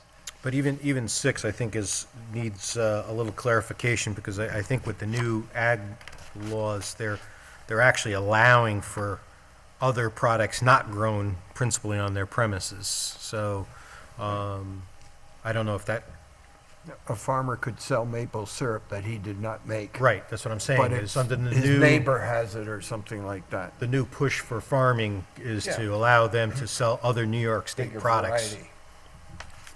Yeah. You get into question on bananas and pineapples and Yeah, well, stuff they're like that. not grown in the state, so. Yeah, no, but I'm just, locally here, but I'm So just let them saying. write it. So. All right, so you come back with a suggestion, and let's look at it, and then we'll make I the would say adjustment. too, that roadside stand and vendor, solicitor, peddler, the definitions, to me, what clearly distinguishes them is that a roadside stand just deals with the structure itself, not any people. Right, that's what I'm Yeah. saying, that's the Yeah. difference, is that if you're selling from a person, Yeah. then you're in one, but if there's just a vehicle or a structure, Yeah. but it doesn't, okay, let me Yeah. revise it, and thank you. Thank you. The other part of it is that 100 square feet is pretty small to have a viable farm stand.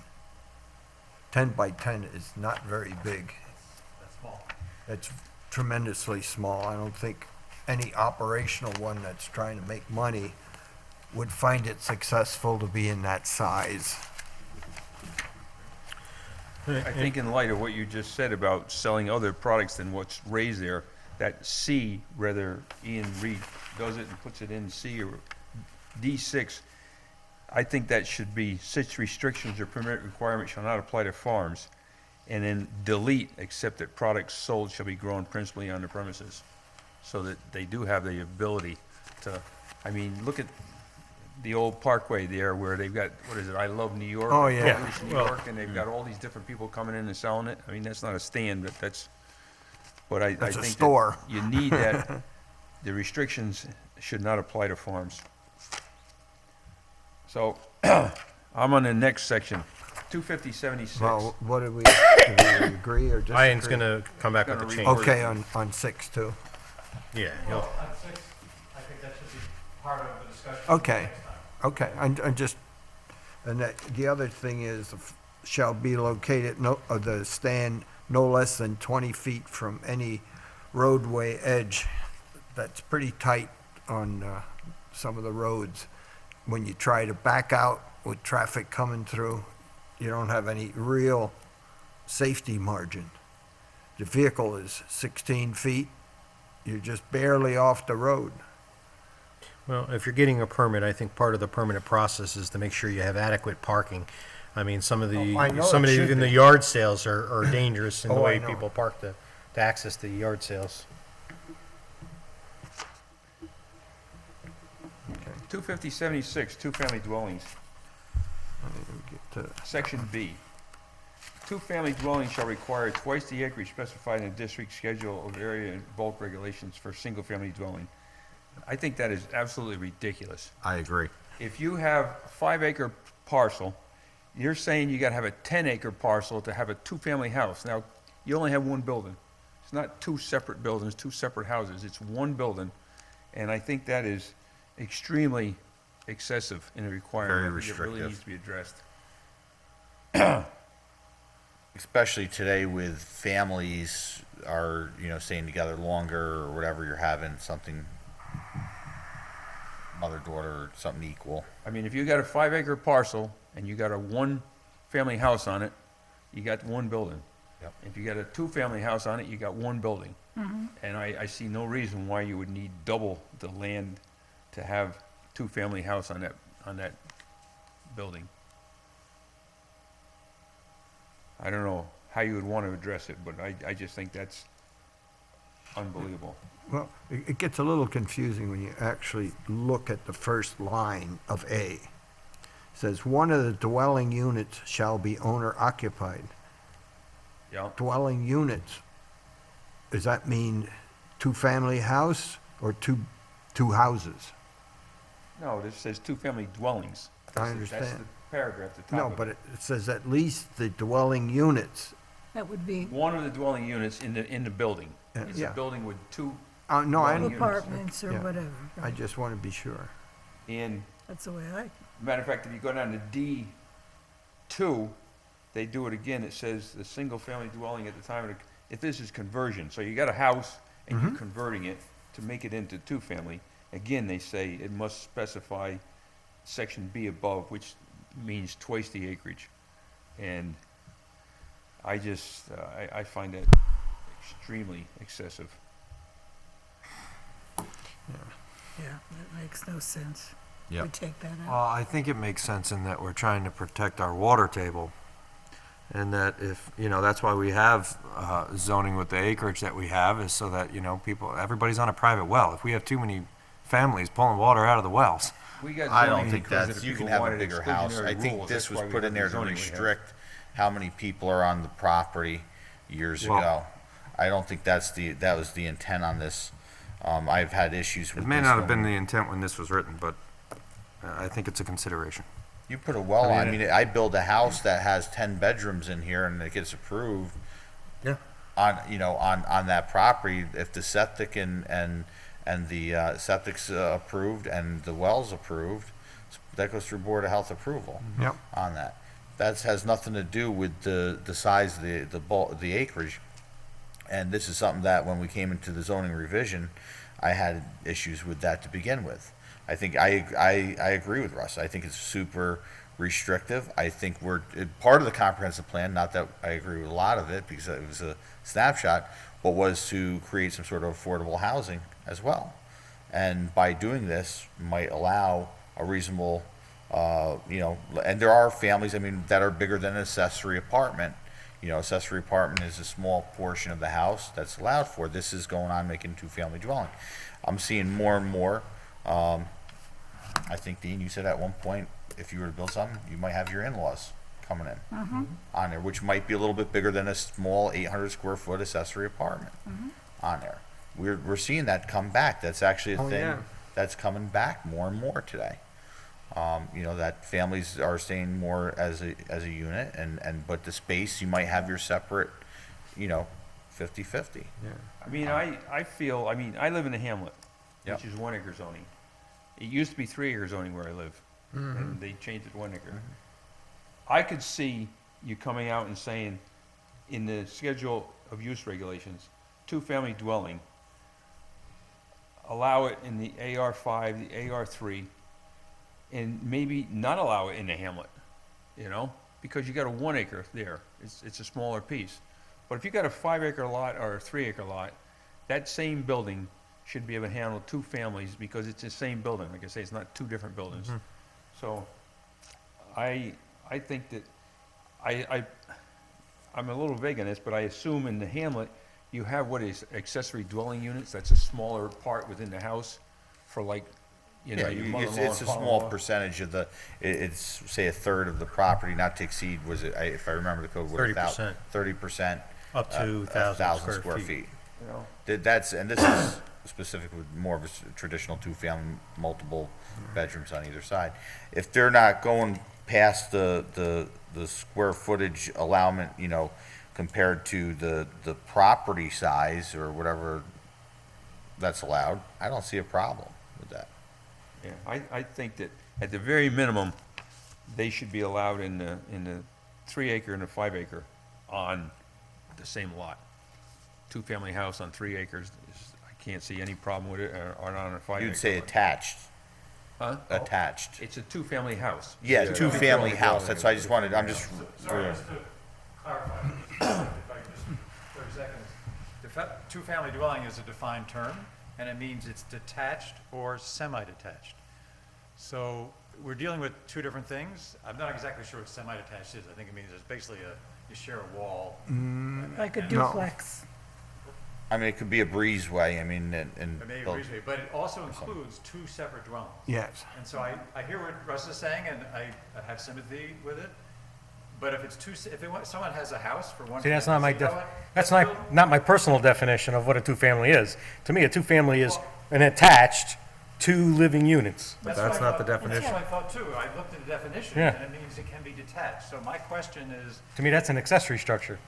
exactly, if I have a one-family house, and I say, you know what, I want to build another house 100 feet away, and I'm going to rent it to another family, It's not two-family. well, I agree, but the way it's written, that's what we're talking about. Well, it sounds like the So definition then, is, then maybe the question is change the definition to, two-family dwelling as an attached. One building, semi-attached, or one. Semi, building, yeah, they're not- it could be they're- separated by a firewall of sorts, but that's what I would say is change we the have that definition? definition. Is it under and take that- dwelling something or Oh, something? I'm looking under T for two. No, Yeah, I know. Dwelling, comma, two-family.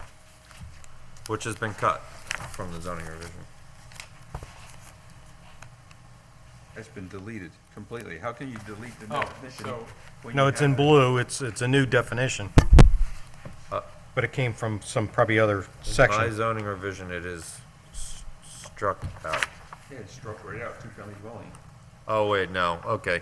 So under dwelling unit, on the previous page, Russ, then there's an A, B, C, D, and oh, right, yes. that's so B is dwelling two-family. what it is. Okay. I would rather say it's an attached or semi-attached, not then you got to detached. define Not semi. detached, no. What was the old definition, I'm wondering, because this is all new. I got the Same, book I right think here. they just- I think it's the same, they just put it in this. Well, it's It's a all in one blue, page. indicating it's new Just a- terminology. It's just It just was removed and renamed, most likely. It's different. dwelling has, it's right above it there. You got two words for the same thing, dwelling and dwelling unit.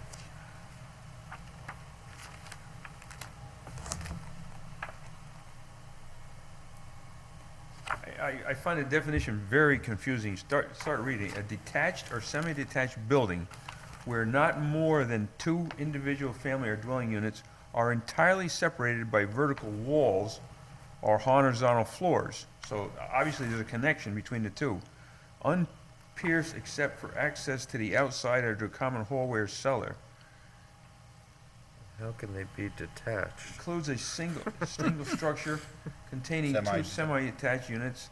Side by side is considered two-family, regardless of individual ownership, for either half of a structure. I think the definition sucks. Well, I'm going to the original one here, which goes back to 2010. At least that's when this book was updated, and it says, a dwelling two-family is a detached, semi-detached, or attached building or portion thereof containing two dwelling units only, but not including a single-family dwelling unit to which an accessory dwelling unit as permitted herein has been added. So that was the original. I mean, even if you look at the next one, the multifamily dwelling, it says it could be a group of buildings. Yeah. That doesn't seem like a multifamily dwelling to me. A row house or townhouses. But it says. But those would be all attached. All attached. This says a detached, semi-detached, or attached building or group of buildings. Like you're doing So they could be cottages detached. or Yeah. Like a bunch of cottages, yeah, would be a multifamily dwelling. That doesn't seem. See, I think in this new definition, semi-detached is like you say, you got a breezeway or something. Breezeway, yeah. But a detached, I don't think that should be in a two-family dwelling. A detached, that means two separate Oh, buildings. especially, yeah, because that'd be accessory, and especially if we were to take out the the size, the area requirement, the acreage requirement on there. Then we just specifies that it's an attached. Yeah, why apply for an accessory structure? Just apply for a two-family. It's less restrictions.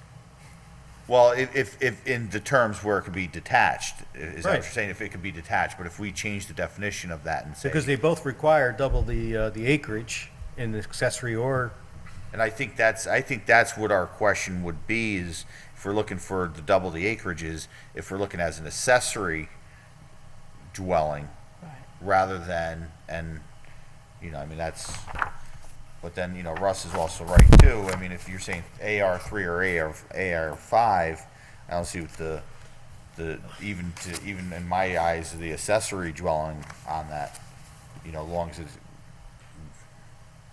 with a reasonable size, I guess. But water-wise, I don't think that's, you know, if we're worried about water usage and stuff, I don't think it's gonna affect much. Yeah. The house that I grew up in has like 6 houses now next to it that weren't there before.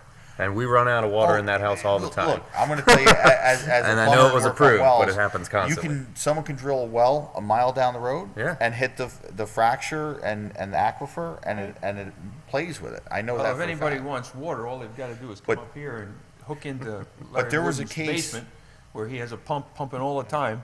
So, Or the guy up the road here who couldn't build a basement because it was water. That's right. You can put it in a town water system, I guess, if you're worried about the water. because so years ago, there was I a built case a in house down the Jersey. street on the other side of town, and I went down 30 feet, I hit water. The well contractor says, oh, I'm gonna go all the way down. He went down 80 feet. And this was when I was young, because this was back in 85. But, so I didn't know really about wells, because we always had a town water. So I got a swimming pool, 25,000 gallons. So I filled it up with my well. People were like, are you crazy? I'm like, why? You can't do that. Well, I did. Well, the well I put in my son's property is 465 feet. Yeah. You know? I hope I don't have to do that in my house because You my can well take is in my two- basement.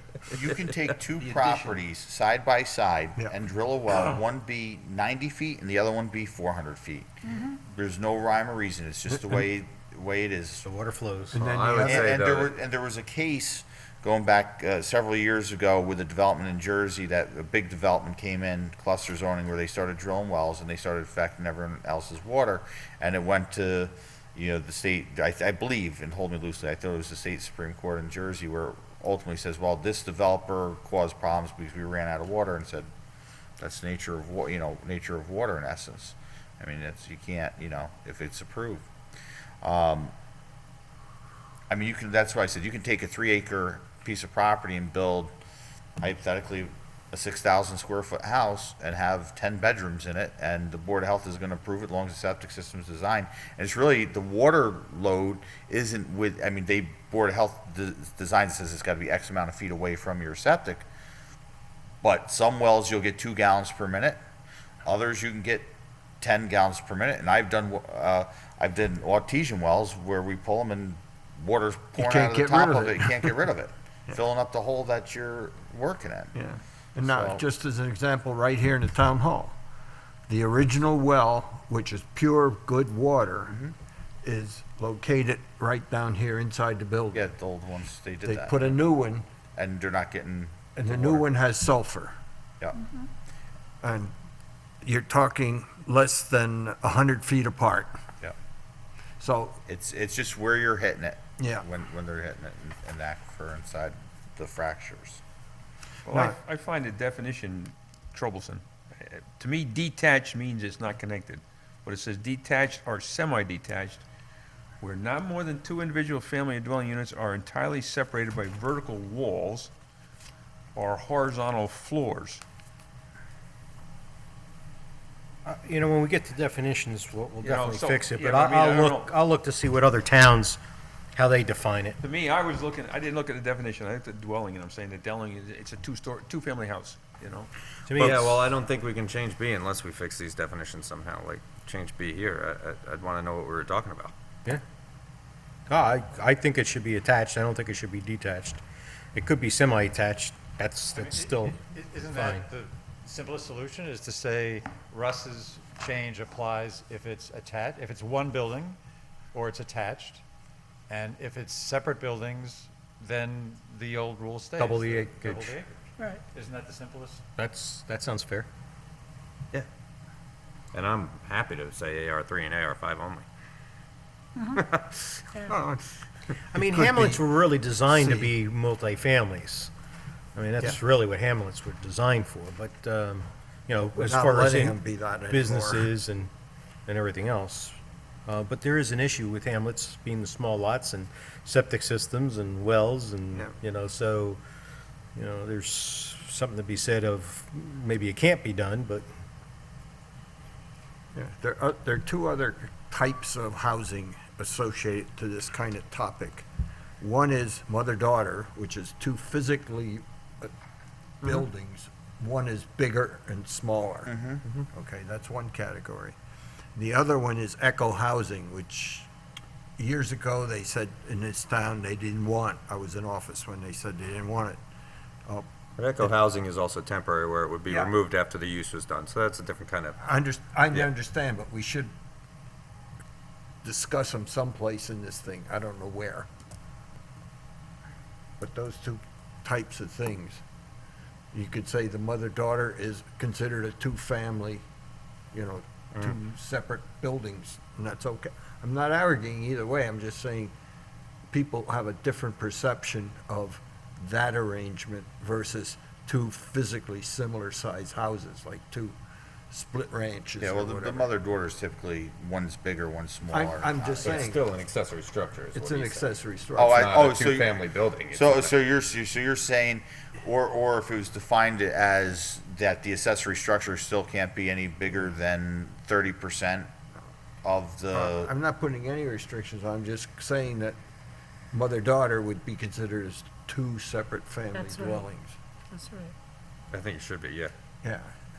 And not somebody saying, oh, it's a semi-detached, blah, blah, blah, blah, blah. Yeah, yeah. No. If it's physically separate, then it's two buildings. All right, you're so, saying, and you're saying as far as the acreage on that, on AR3 or AR5 shouldn't matter? No, Yeah, I'm because just- you're adding an accessory structure. you're adding another building. so how about in B, if I add in, so a two-family dwelling shall require twice the acreage specified in the district schedule, area and bulk use, unless in AR3 or AR5 and is attached. Ooh, yeah, I know. Yeah. I'm thinking as I'm talking, so. Yeah, I know. A two-family dwelling that is attached shall not require the, in AR3, AR5, should not require the additional acreage stated in the district schedule of bulk area regulations. If detached, two-family then would require the double acreage, or something like that, I don't know. Well, the one problem you have with that is you're assuming that all the parcels are either 1, 3, or 5 acres in dimensions. Some of them could be 50 to 75 acres, and you're saying, oh, you can't have two houses because you're in a 3-acre zone. Yeah, but then you would have No. double. You would already have No, double. you the would acreage. already You have already it. have double If you're in on a that. 3-acre zone and you have 50 acres, well, then you've got double, so you're fine. Yeah, you got more than double. You've got more than 6, so. It's double on whatever that is. AR3 would be 6, AR5 would be 10, okay. so forth. I just want to be sure it wasn't Yeah, no, that's only pretty- saying you could have Oh, them. no. Now, the other thing, conservation is another place you could have them, really. C district. Again, you get them through planning board approval anyways, so it's not indiscriminate doing it. That's 3-acre zoning. So I think Or what 5 has to acres happen only is, now. is those definitions need to be clarified, and we're trying to change this to comply with a definition that we're gonna change later, and it seems a little wonky to me.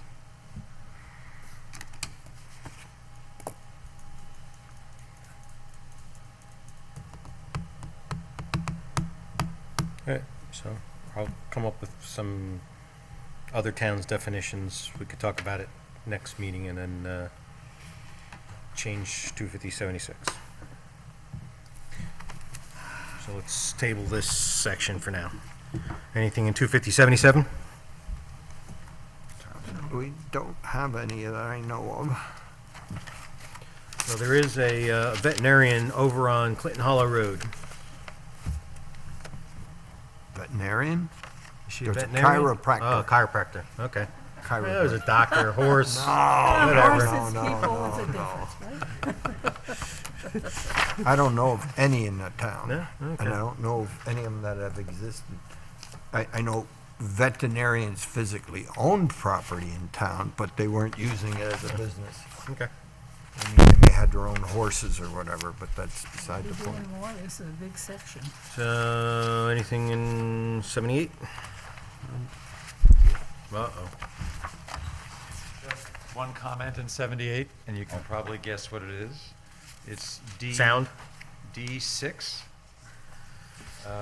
where you see accepted agricultural practices. If we could change it to sound agricultural practices, same comment. That's all I have on this one. Thank you. Oh, yeah.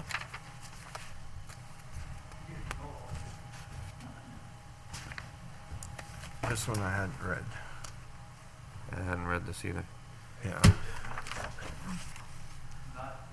I'm wondering if and I haven't read it, so I'm just throwing this out there. Is 250, 65? Yeah, I know we put a Redundant? note before. Yeah, we It said we C said when we got 250, here. 65. Yeah, when we got here, I have a note that says, look at section 65. Right, I did too. So I'm wondering if 65 is kind of included in 78, and we maybe, Redundant. but I haven't read it, so. Yeah, Like, because this talks about on page 6 of it, under F, the creation of a lake or pond is proposed, and I know that's what 65 is, the excavation for the purpose of building a pond or lake of water. So, or maybe sections of this are removed. Yeah, that that's are a- already covered in 65. Or, yeah, or if we can incorporate 65 into 78 and whatever. One way or another, but no redundancy. It seems like we're asking people to go to different sections of the code for the same stuff. Well, yeah, two sections, 250, 55, C also, 250, 78. Yeah. There's similar topics.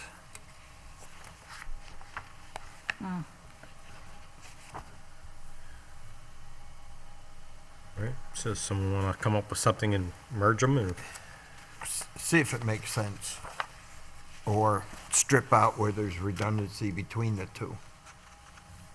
That way you can say. well, I'm saying, is four someone words. going to come up with their suggestions as to how to merge them, or?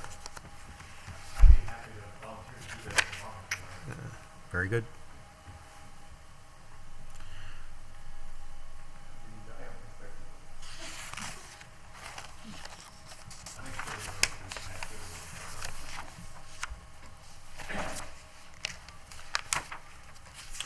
But that's for the creation of any excavation, is for the excavation, you know, there's a lot of people I've seen in different towns and clients of mine, not that I do any ponds or anything, but I've spoken to them when they're building their houses, that they do the ponds or lakes, have it a little more defined as that section for what they would have to go through on there, because I mean, this is going on, this is more on the, freshwater wetlands water courses. This is, I'm assuming this is more based on what's already existing.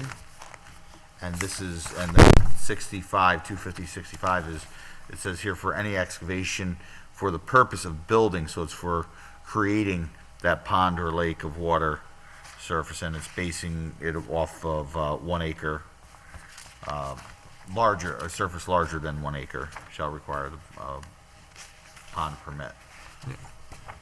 The other thing that, I don't see it as being a problem, but.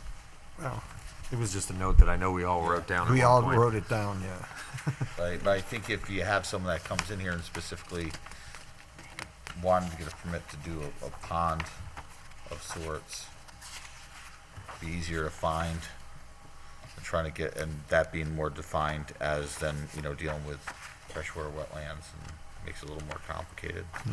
Well, my under opinion. F4F, it talks about the creation of a lake or pond. Yeah. So it does have some redundancy. So F, what was that, F? Here. Oh, F4, F up here. F. Yeah, F4F, creation of lake or pond is.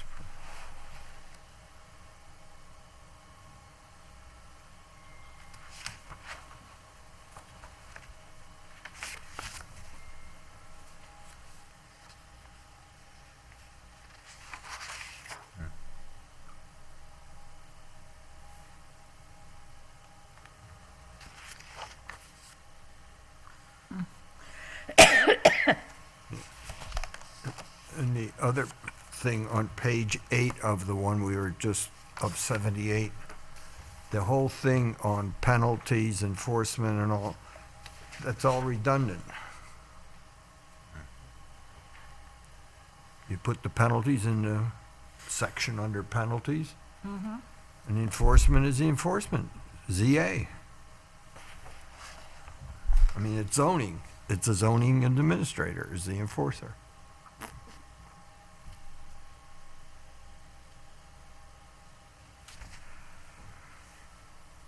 Well, also, the fine should be removed only for the fact that if we change a fine, now we have to rechange the whole law, so, Yeah.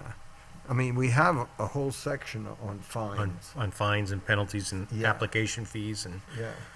you know, permits, and so we should leave those things to where they belong. Yeah. And, Just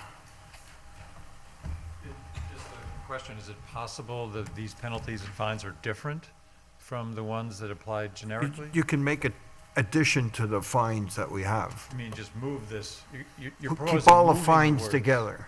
Oh, okay. There's got to be some consistency between the fines. And in fact, you don't want them to be over 15 days imprisonment because that automatically requires a jury trial.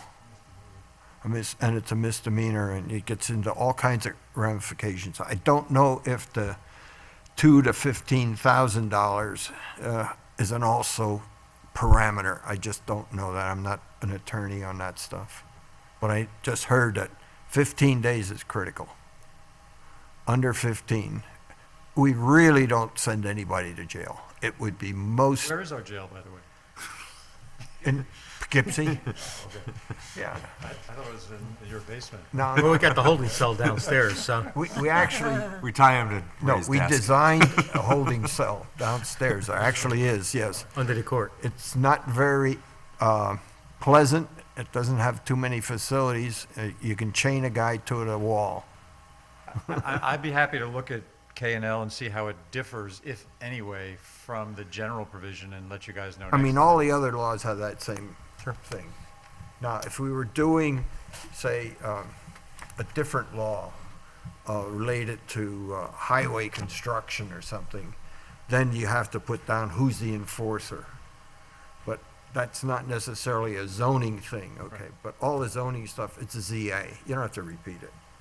So if you could strip out most of this, that's Those- going to different other sections, Yeah. what you'd end up with then is combining You just this refer with to this. whatever section those are applying. And then we got to pick new numbers or whatever the number. Right. I'm not issuing a statement on the numbers. I'm just saying structurally it should be Right. there in one place.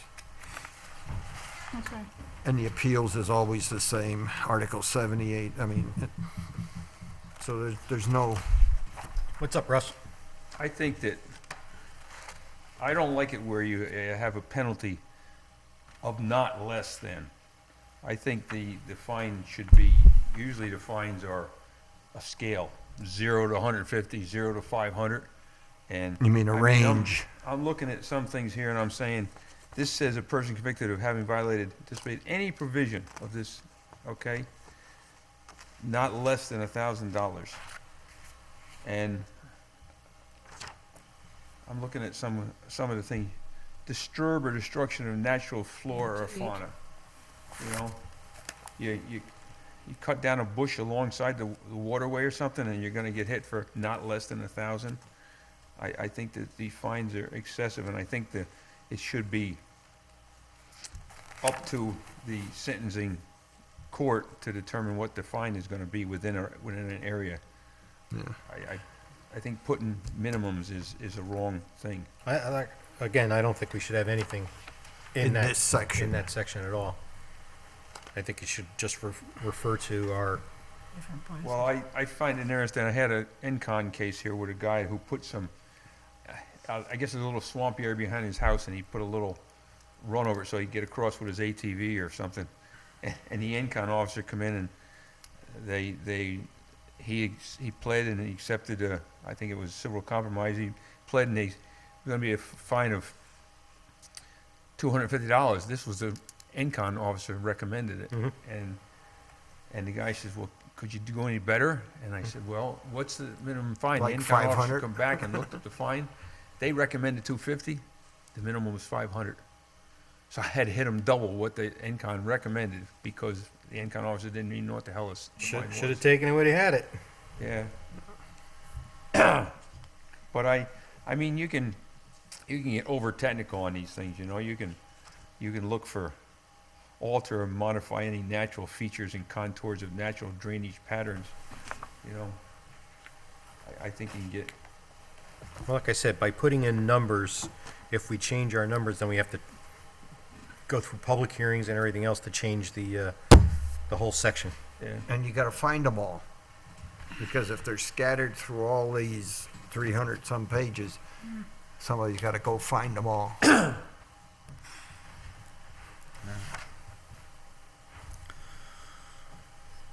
So that was an easy one, I think, handling Well, that not for some section. people. No, for that section. But I think we gotta look at the two and combine them. Or, You said you were gonna take a run at that? okay. Yeah.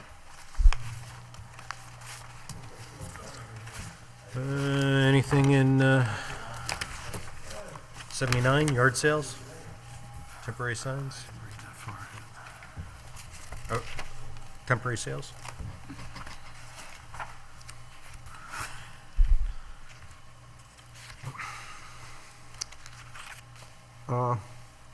Just a clarifying question. If you do it on 4 weekends, is that considered more than 4 days? Well, it's more than twice in a calendar year, for sure. That's, I'm just saying, because a lot of them don't run that short. Some people do it more frequent, that's why I said 4 weekends. Yeah, I know, but Yeah. if you look at B, you can't do it more than twice in a calendar year.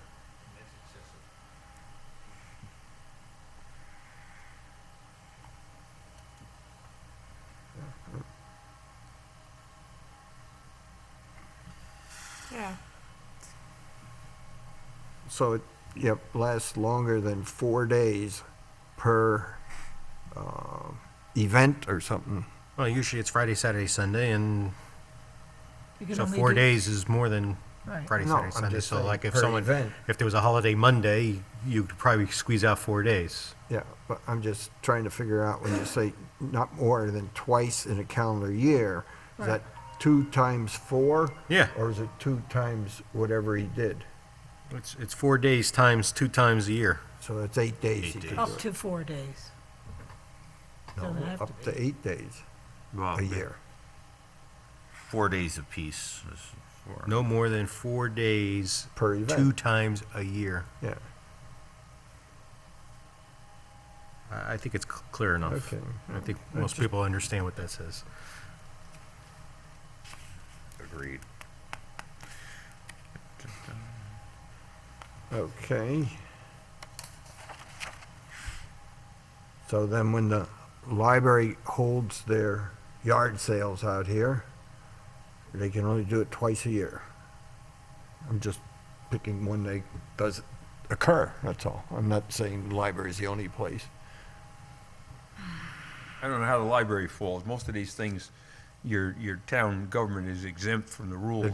They're not town government. Library is not town government. I would love to know why they hung those damn nasty Afghans all over the trees for so To long. agitate you. Yeah, well, they did a good job because it worked.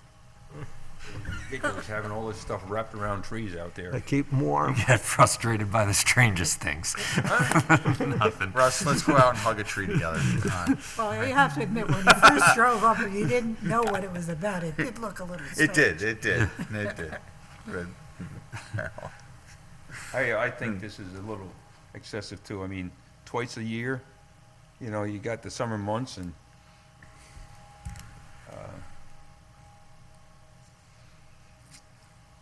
4 days I have no trouble with. Twice a year sounds a little too restrictive for me. So what would you say then? Once a month? I don't know. I'd say 4 times a year. I'd double it. not longer than 4 days and not more than 4 times a year.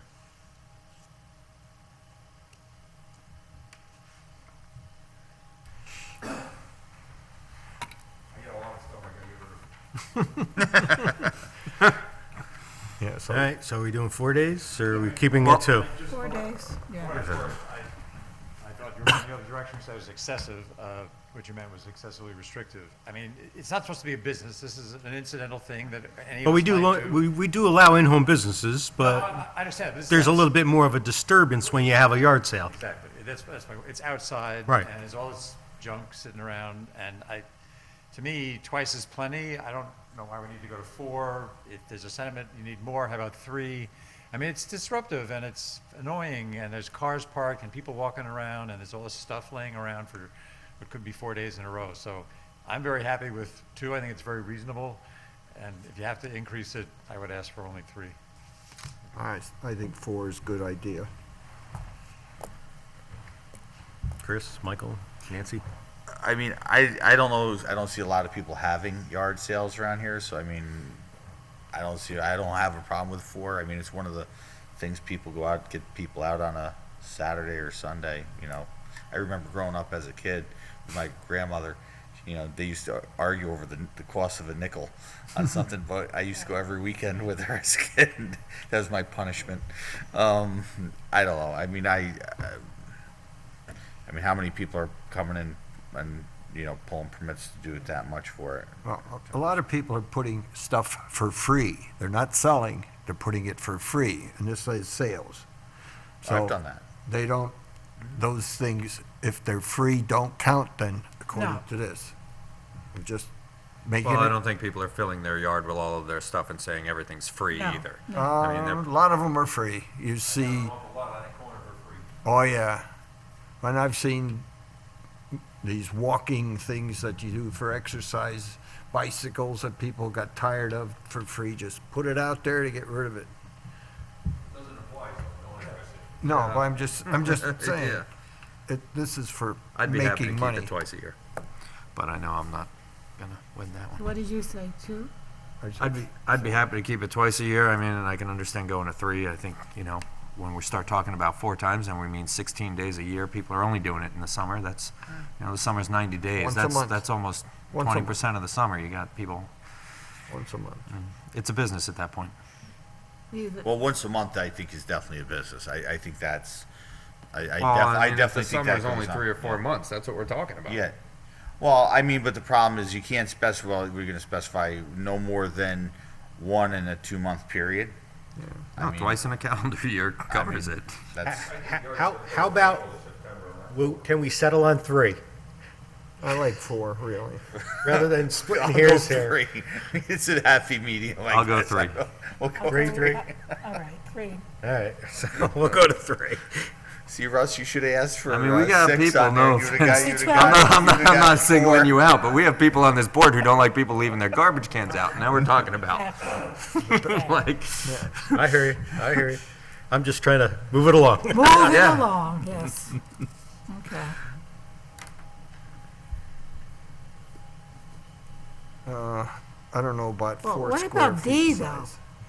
You know, no goods purchased for resale may be offered for sale. That's exactly what a lot of yard sales are, right? They bought something and didn't want it anymore. Yeah. So, Well, mean, yeah, what- I mean, What yeah, value does that have?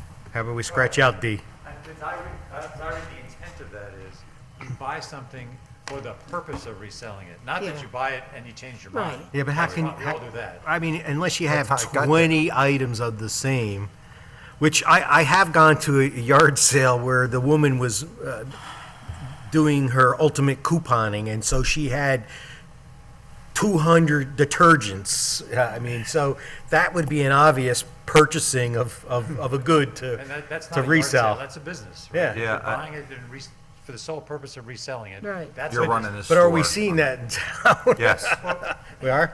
yeah. All right, well, I'm So then we trying leave not it to in. single people out, but so then we leave it in. yes. But it'd be very hard to prove it unless you had 20 of the same item. So if someone only brought out one item at a time, or two. That's right, it says in there. We have Oh, gotten I got another one. complaints. Hold on, let I me gotta go. resupply you. There's been an individual in town who has come to this microphone and complained about a specific sale that happens every weekend in the summer that is clearly a business and reselling items. And if they did it in their house, they'd be allowed. But the fact that they're doing it at a yard sale, Yeah, it's not. maybe, but I'm just saying the resale stuff. Okay. is definitely what's happening. Okay. I don't know about the 4 square feet. Well, it should be It's regulated 2 by by the 2. sign, It's you 2 know, by 2. it You should be, try to read something 2 by 2 unless somebody it has should be a regulated good by the way. sign law. Yeah, Yeah, like what one was that? because 70. that's, Yeah, what was it? What was All it? This is directional or the- advertising signs must comply with 250-70. yeah, okay.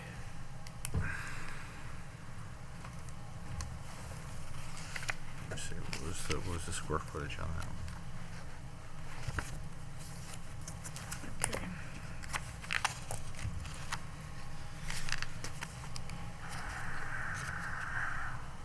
Two, I mean,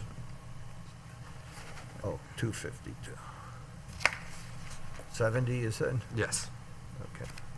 Not to exceed 6 square feet, so it's a little bigger. And I do agree with that on the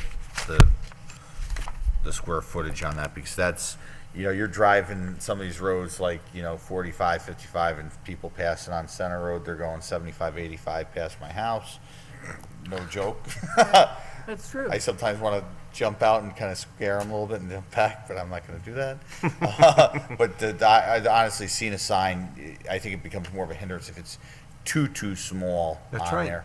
And then it causes more of an accident, because someone's trying to, if they're going for something, and all of a sudden they're slowing down purposely to try to watch for something, then it causes, someone gets impatient, and they want to go around. Yeah. And that's, so, yeah, I think and that gives you 6 square feet on, That's more reasonable. yeah. 2 by 3 is, sort of a roadside Yeah, a political little more sign for size. safety, I agree. 250/80? What time are we getting to? Yeah, how long We're are getting we there. going It's here? it's not even Where are 9 we o'clock going here? yet. Oh, it's not? I don't know. Feels like it. I wanna- We were here for a while before this started. You're up to 80 now? Yeah.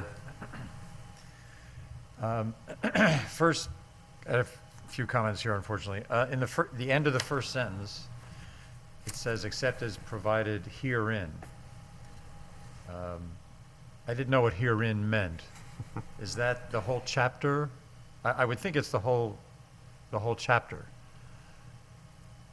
Herein, some could mean just a section, it could be the article, or it could be the chapter. I think those are the three. Or it could be all town laws. In reality, this is sort of like the preamble to the zoning revision, and it should be up in the very beginning, not at the very end. All right, well, that's okay. No, but I'm just saying, by content, I think You're right. it's It's sort of like misplaced. introduction. Yeah, no, I agree with that. So the general provisions section refers to everything. I would think it would be the chapter. Chapters, I think, all the zoning Yeah, rules, so I would think chapter it should be, 250. instead of herein, it would be as provided elsewhere in this chapter, or As provided in as chapter provided 250. in this chapter. Yeah, Or in this in chapter In 250. this chapter, yeah. You just You'd say that too. call it right out. Yep. So, thank you. Second comment is the very next sentence. I have absolutely no idea what the lead-in to that means. It says, "The right to continue a non-conforming use is based on pecuniary and economic loss and," well, that's the first part. What are those words telling the reader? What should those, I think those words should just come out. The rule, whatever the rule is, we state the rule, but this is sort of like giving some kind of explanation for the rule, but I don't understand what it I means. think they're trying to identify grandfathering. Well, that's the purpose of the rule, right? That's what I that get seems to, that's the thrust of it. I agree. So, The words are not good, but that's what they're trying to do, I'm sure. well, the words before, the first sentence is the grandfathering sentence, right? If you're already non-conforming, we change the rule, it's okay, you're grandfathered. Right. I don't know if these next words are limiting the first sentence, are they expanding the first sentence? I think it's explaining why they wrote the first sentence, that they want to let people continue a non-conforming use so that it's not a pecuniary rule, or that we wouldn't force people to have an economic loss because, I think it's just explaining their reasoning. I agree that it's Makes not no sense. necessary. Because the rule is the rule, we don't need to explain why. Well, exactly. Yeah. My suggestion would be just delete all those words, because to me, they That just whole add- sentence. Well, the second part of that sentence is a different thought, which is, I want to talk about that next, because it says, and is inapplicable Yeah. to an incidental use, so you can't continue to use, you're not grandfathered, as I read this, if it's an incidental use of property for recreational, amusement, or hobby purposes. But if you had a special permit years ago to do that, I don't know. and they changed the rules on getting a hobby thing or amusement park or whatever, you're still grandfathered back to the original approval. I don't know. That's not how I would read Well, this. no, that's not what this says, but I'm just saying, in Okay. traditional grandfathering, if you were allowed to do whatever you were doing at the time when that prior law was in effect, you're still able to continue it. Same thing in the building code. Whenever they have to look to see if you're in compliance, they have to go back to, and we have stacks of these Right. old building What rule codes. existed when you built the building? That's right. I get that. And that's all I'm trying to say here. But that rule doesn't apply if it's incidental for recreational amusement. In other words, I think what it's saying is these are less important uses, and therefore you're not grandfathered if it's incidental use for. Well, I think it's talking about primary and incidental. So if the primary use is, let's say, a single-family house, but the incidental is a business, and the business was there before zoning went into effect, that incidental use is not protected. It's not protected, it's not grandfathered. Right. Right. It is protected. No, this would say That that. was- No, Is that what this this says it says? doesn't. I know that, but that's not right. You'll lose in court. I mean, you could say it's a business, it's not even caught here, recreational. I was just using that as an example. I'm just saying primary, secondary. Yeah. If the primary was always the business, that's a different story.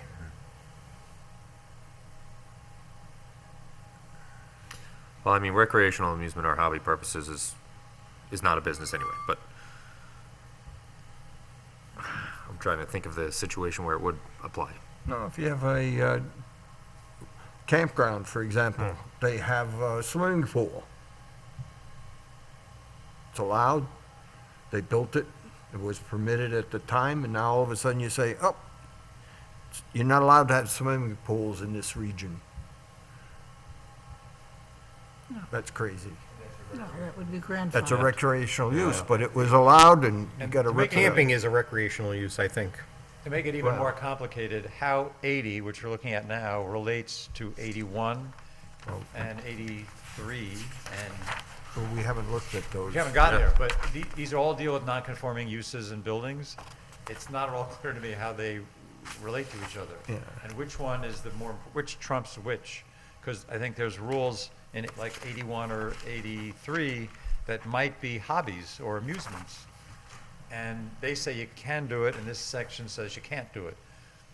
So I really struggled with all these non-conforming use sections as to how they were intended to operate together as a uniform set of rules. Unfortunately, I don't have on this one, I don't have an easy, the only specific thought I had was to get rid of those words about pecuniary and economic loss, because I don't think Oh, we yeah. had anything. But that doesn't solve the bigger problem of how these sections work together Yeah, and what exactly is allowed or not. yeah. I agree that the whole section, right to continue purposes, just confounds the issue. It is what it is. Everything is what it is. No, but I mean, if it was approved some time ago and, the town zoning went in and out of effect lots of times. We lost 3 court cases. So the zoning did not start in 69. It started like in 84. It When was the fire- 74. 74, okay. Because like there Yeah, was one in okay, 72, then that was thrown out. Yeah, there were 3 of them thrown out. The first one never even made it. Yeah. And, so, you know, and there was a lot of activity done at that time, and people wanted to go back and say, hey, they weren't in compliance. And I says, you can't do that. There was no zoning at that time. I'm not I was- disagreeing. I was there. I'm not disagreeing with you. Yeah. I'm just pointing out, I really struggled as to how to make sense of these various sections. Again, if you wanted me to try and go through them and propose something, I could do that, but I recognize the bedrock principle is you're not, except in extreme cases, you're not gonna make illegal what was legal when it was built. That's right. Right, that I get is a core of zoning practice and law. But there's all these nuances to it which get confusing. All right, so let's do this. It's a little after 9. We've been here a little longer tonight because of the extra meeting that we had. Let's pick up 25080 while everybody has more of a sound mind. Fresher approach. I regret to inform you that I will not be in attendance at the next zoning All right, revision. so which good section should we go to? No, I don't hear you. Wow. Well, first of all, we gotta figure out I'm crushed, by the way. Oh, yes, I'm sure. when the next meeting is. Next March meeting 5th. is, March 5th. March 5th, yeah, I won't be here either. I got an activity that, So that leaves 3 of us, so we probably should postpone it. I would think if 2 people are off. We shouldn't. Dean, I think we go back to the parts. What do we want to work on? I'm just kidding. Having fun. but the next one would be The 19th. 19th. Of March. Didn't get rid of me. Make sure that gets on the web. We did Yeah, I'm have gonna, some, I'm gonna email. did have some tomorrow. confusion last time.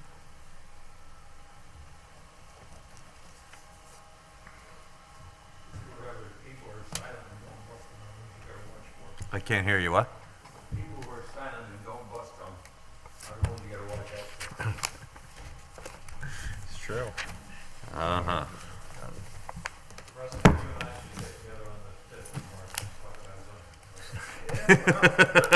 Do you want us to set up live TV for you too? Yeah. I mean, don't feel I cheated. might be able to call in, but. Okay, are we done? Yes, let's make it. I make a motion to adjourn. Is there a second? Second. All in favor? Aye. Aye, motion carried. Next meeting will be on March 19th. Okay, Judy.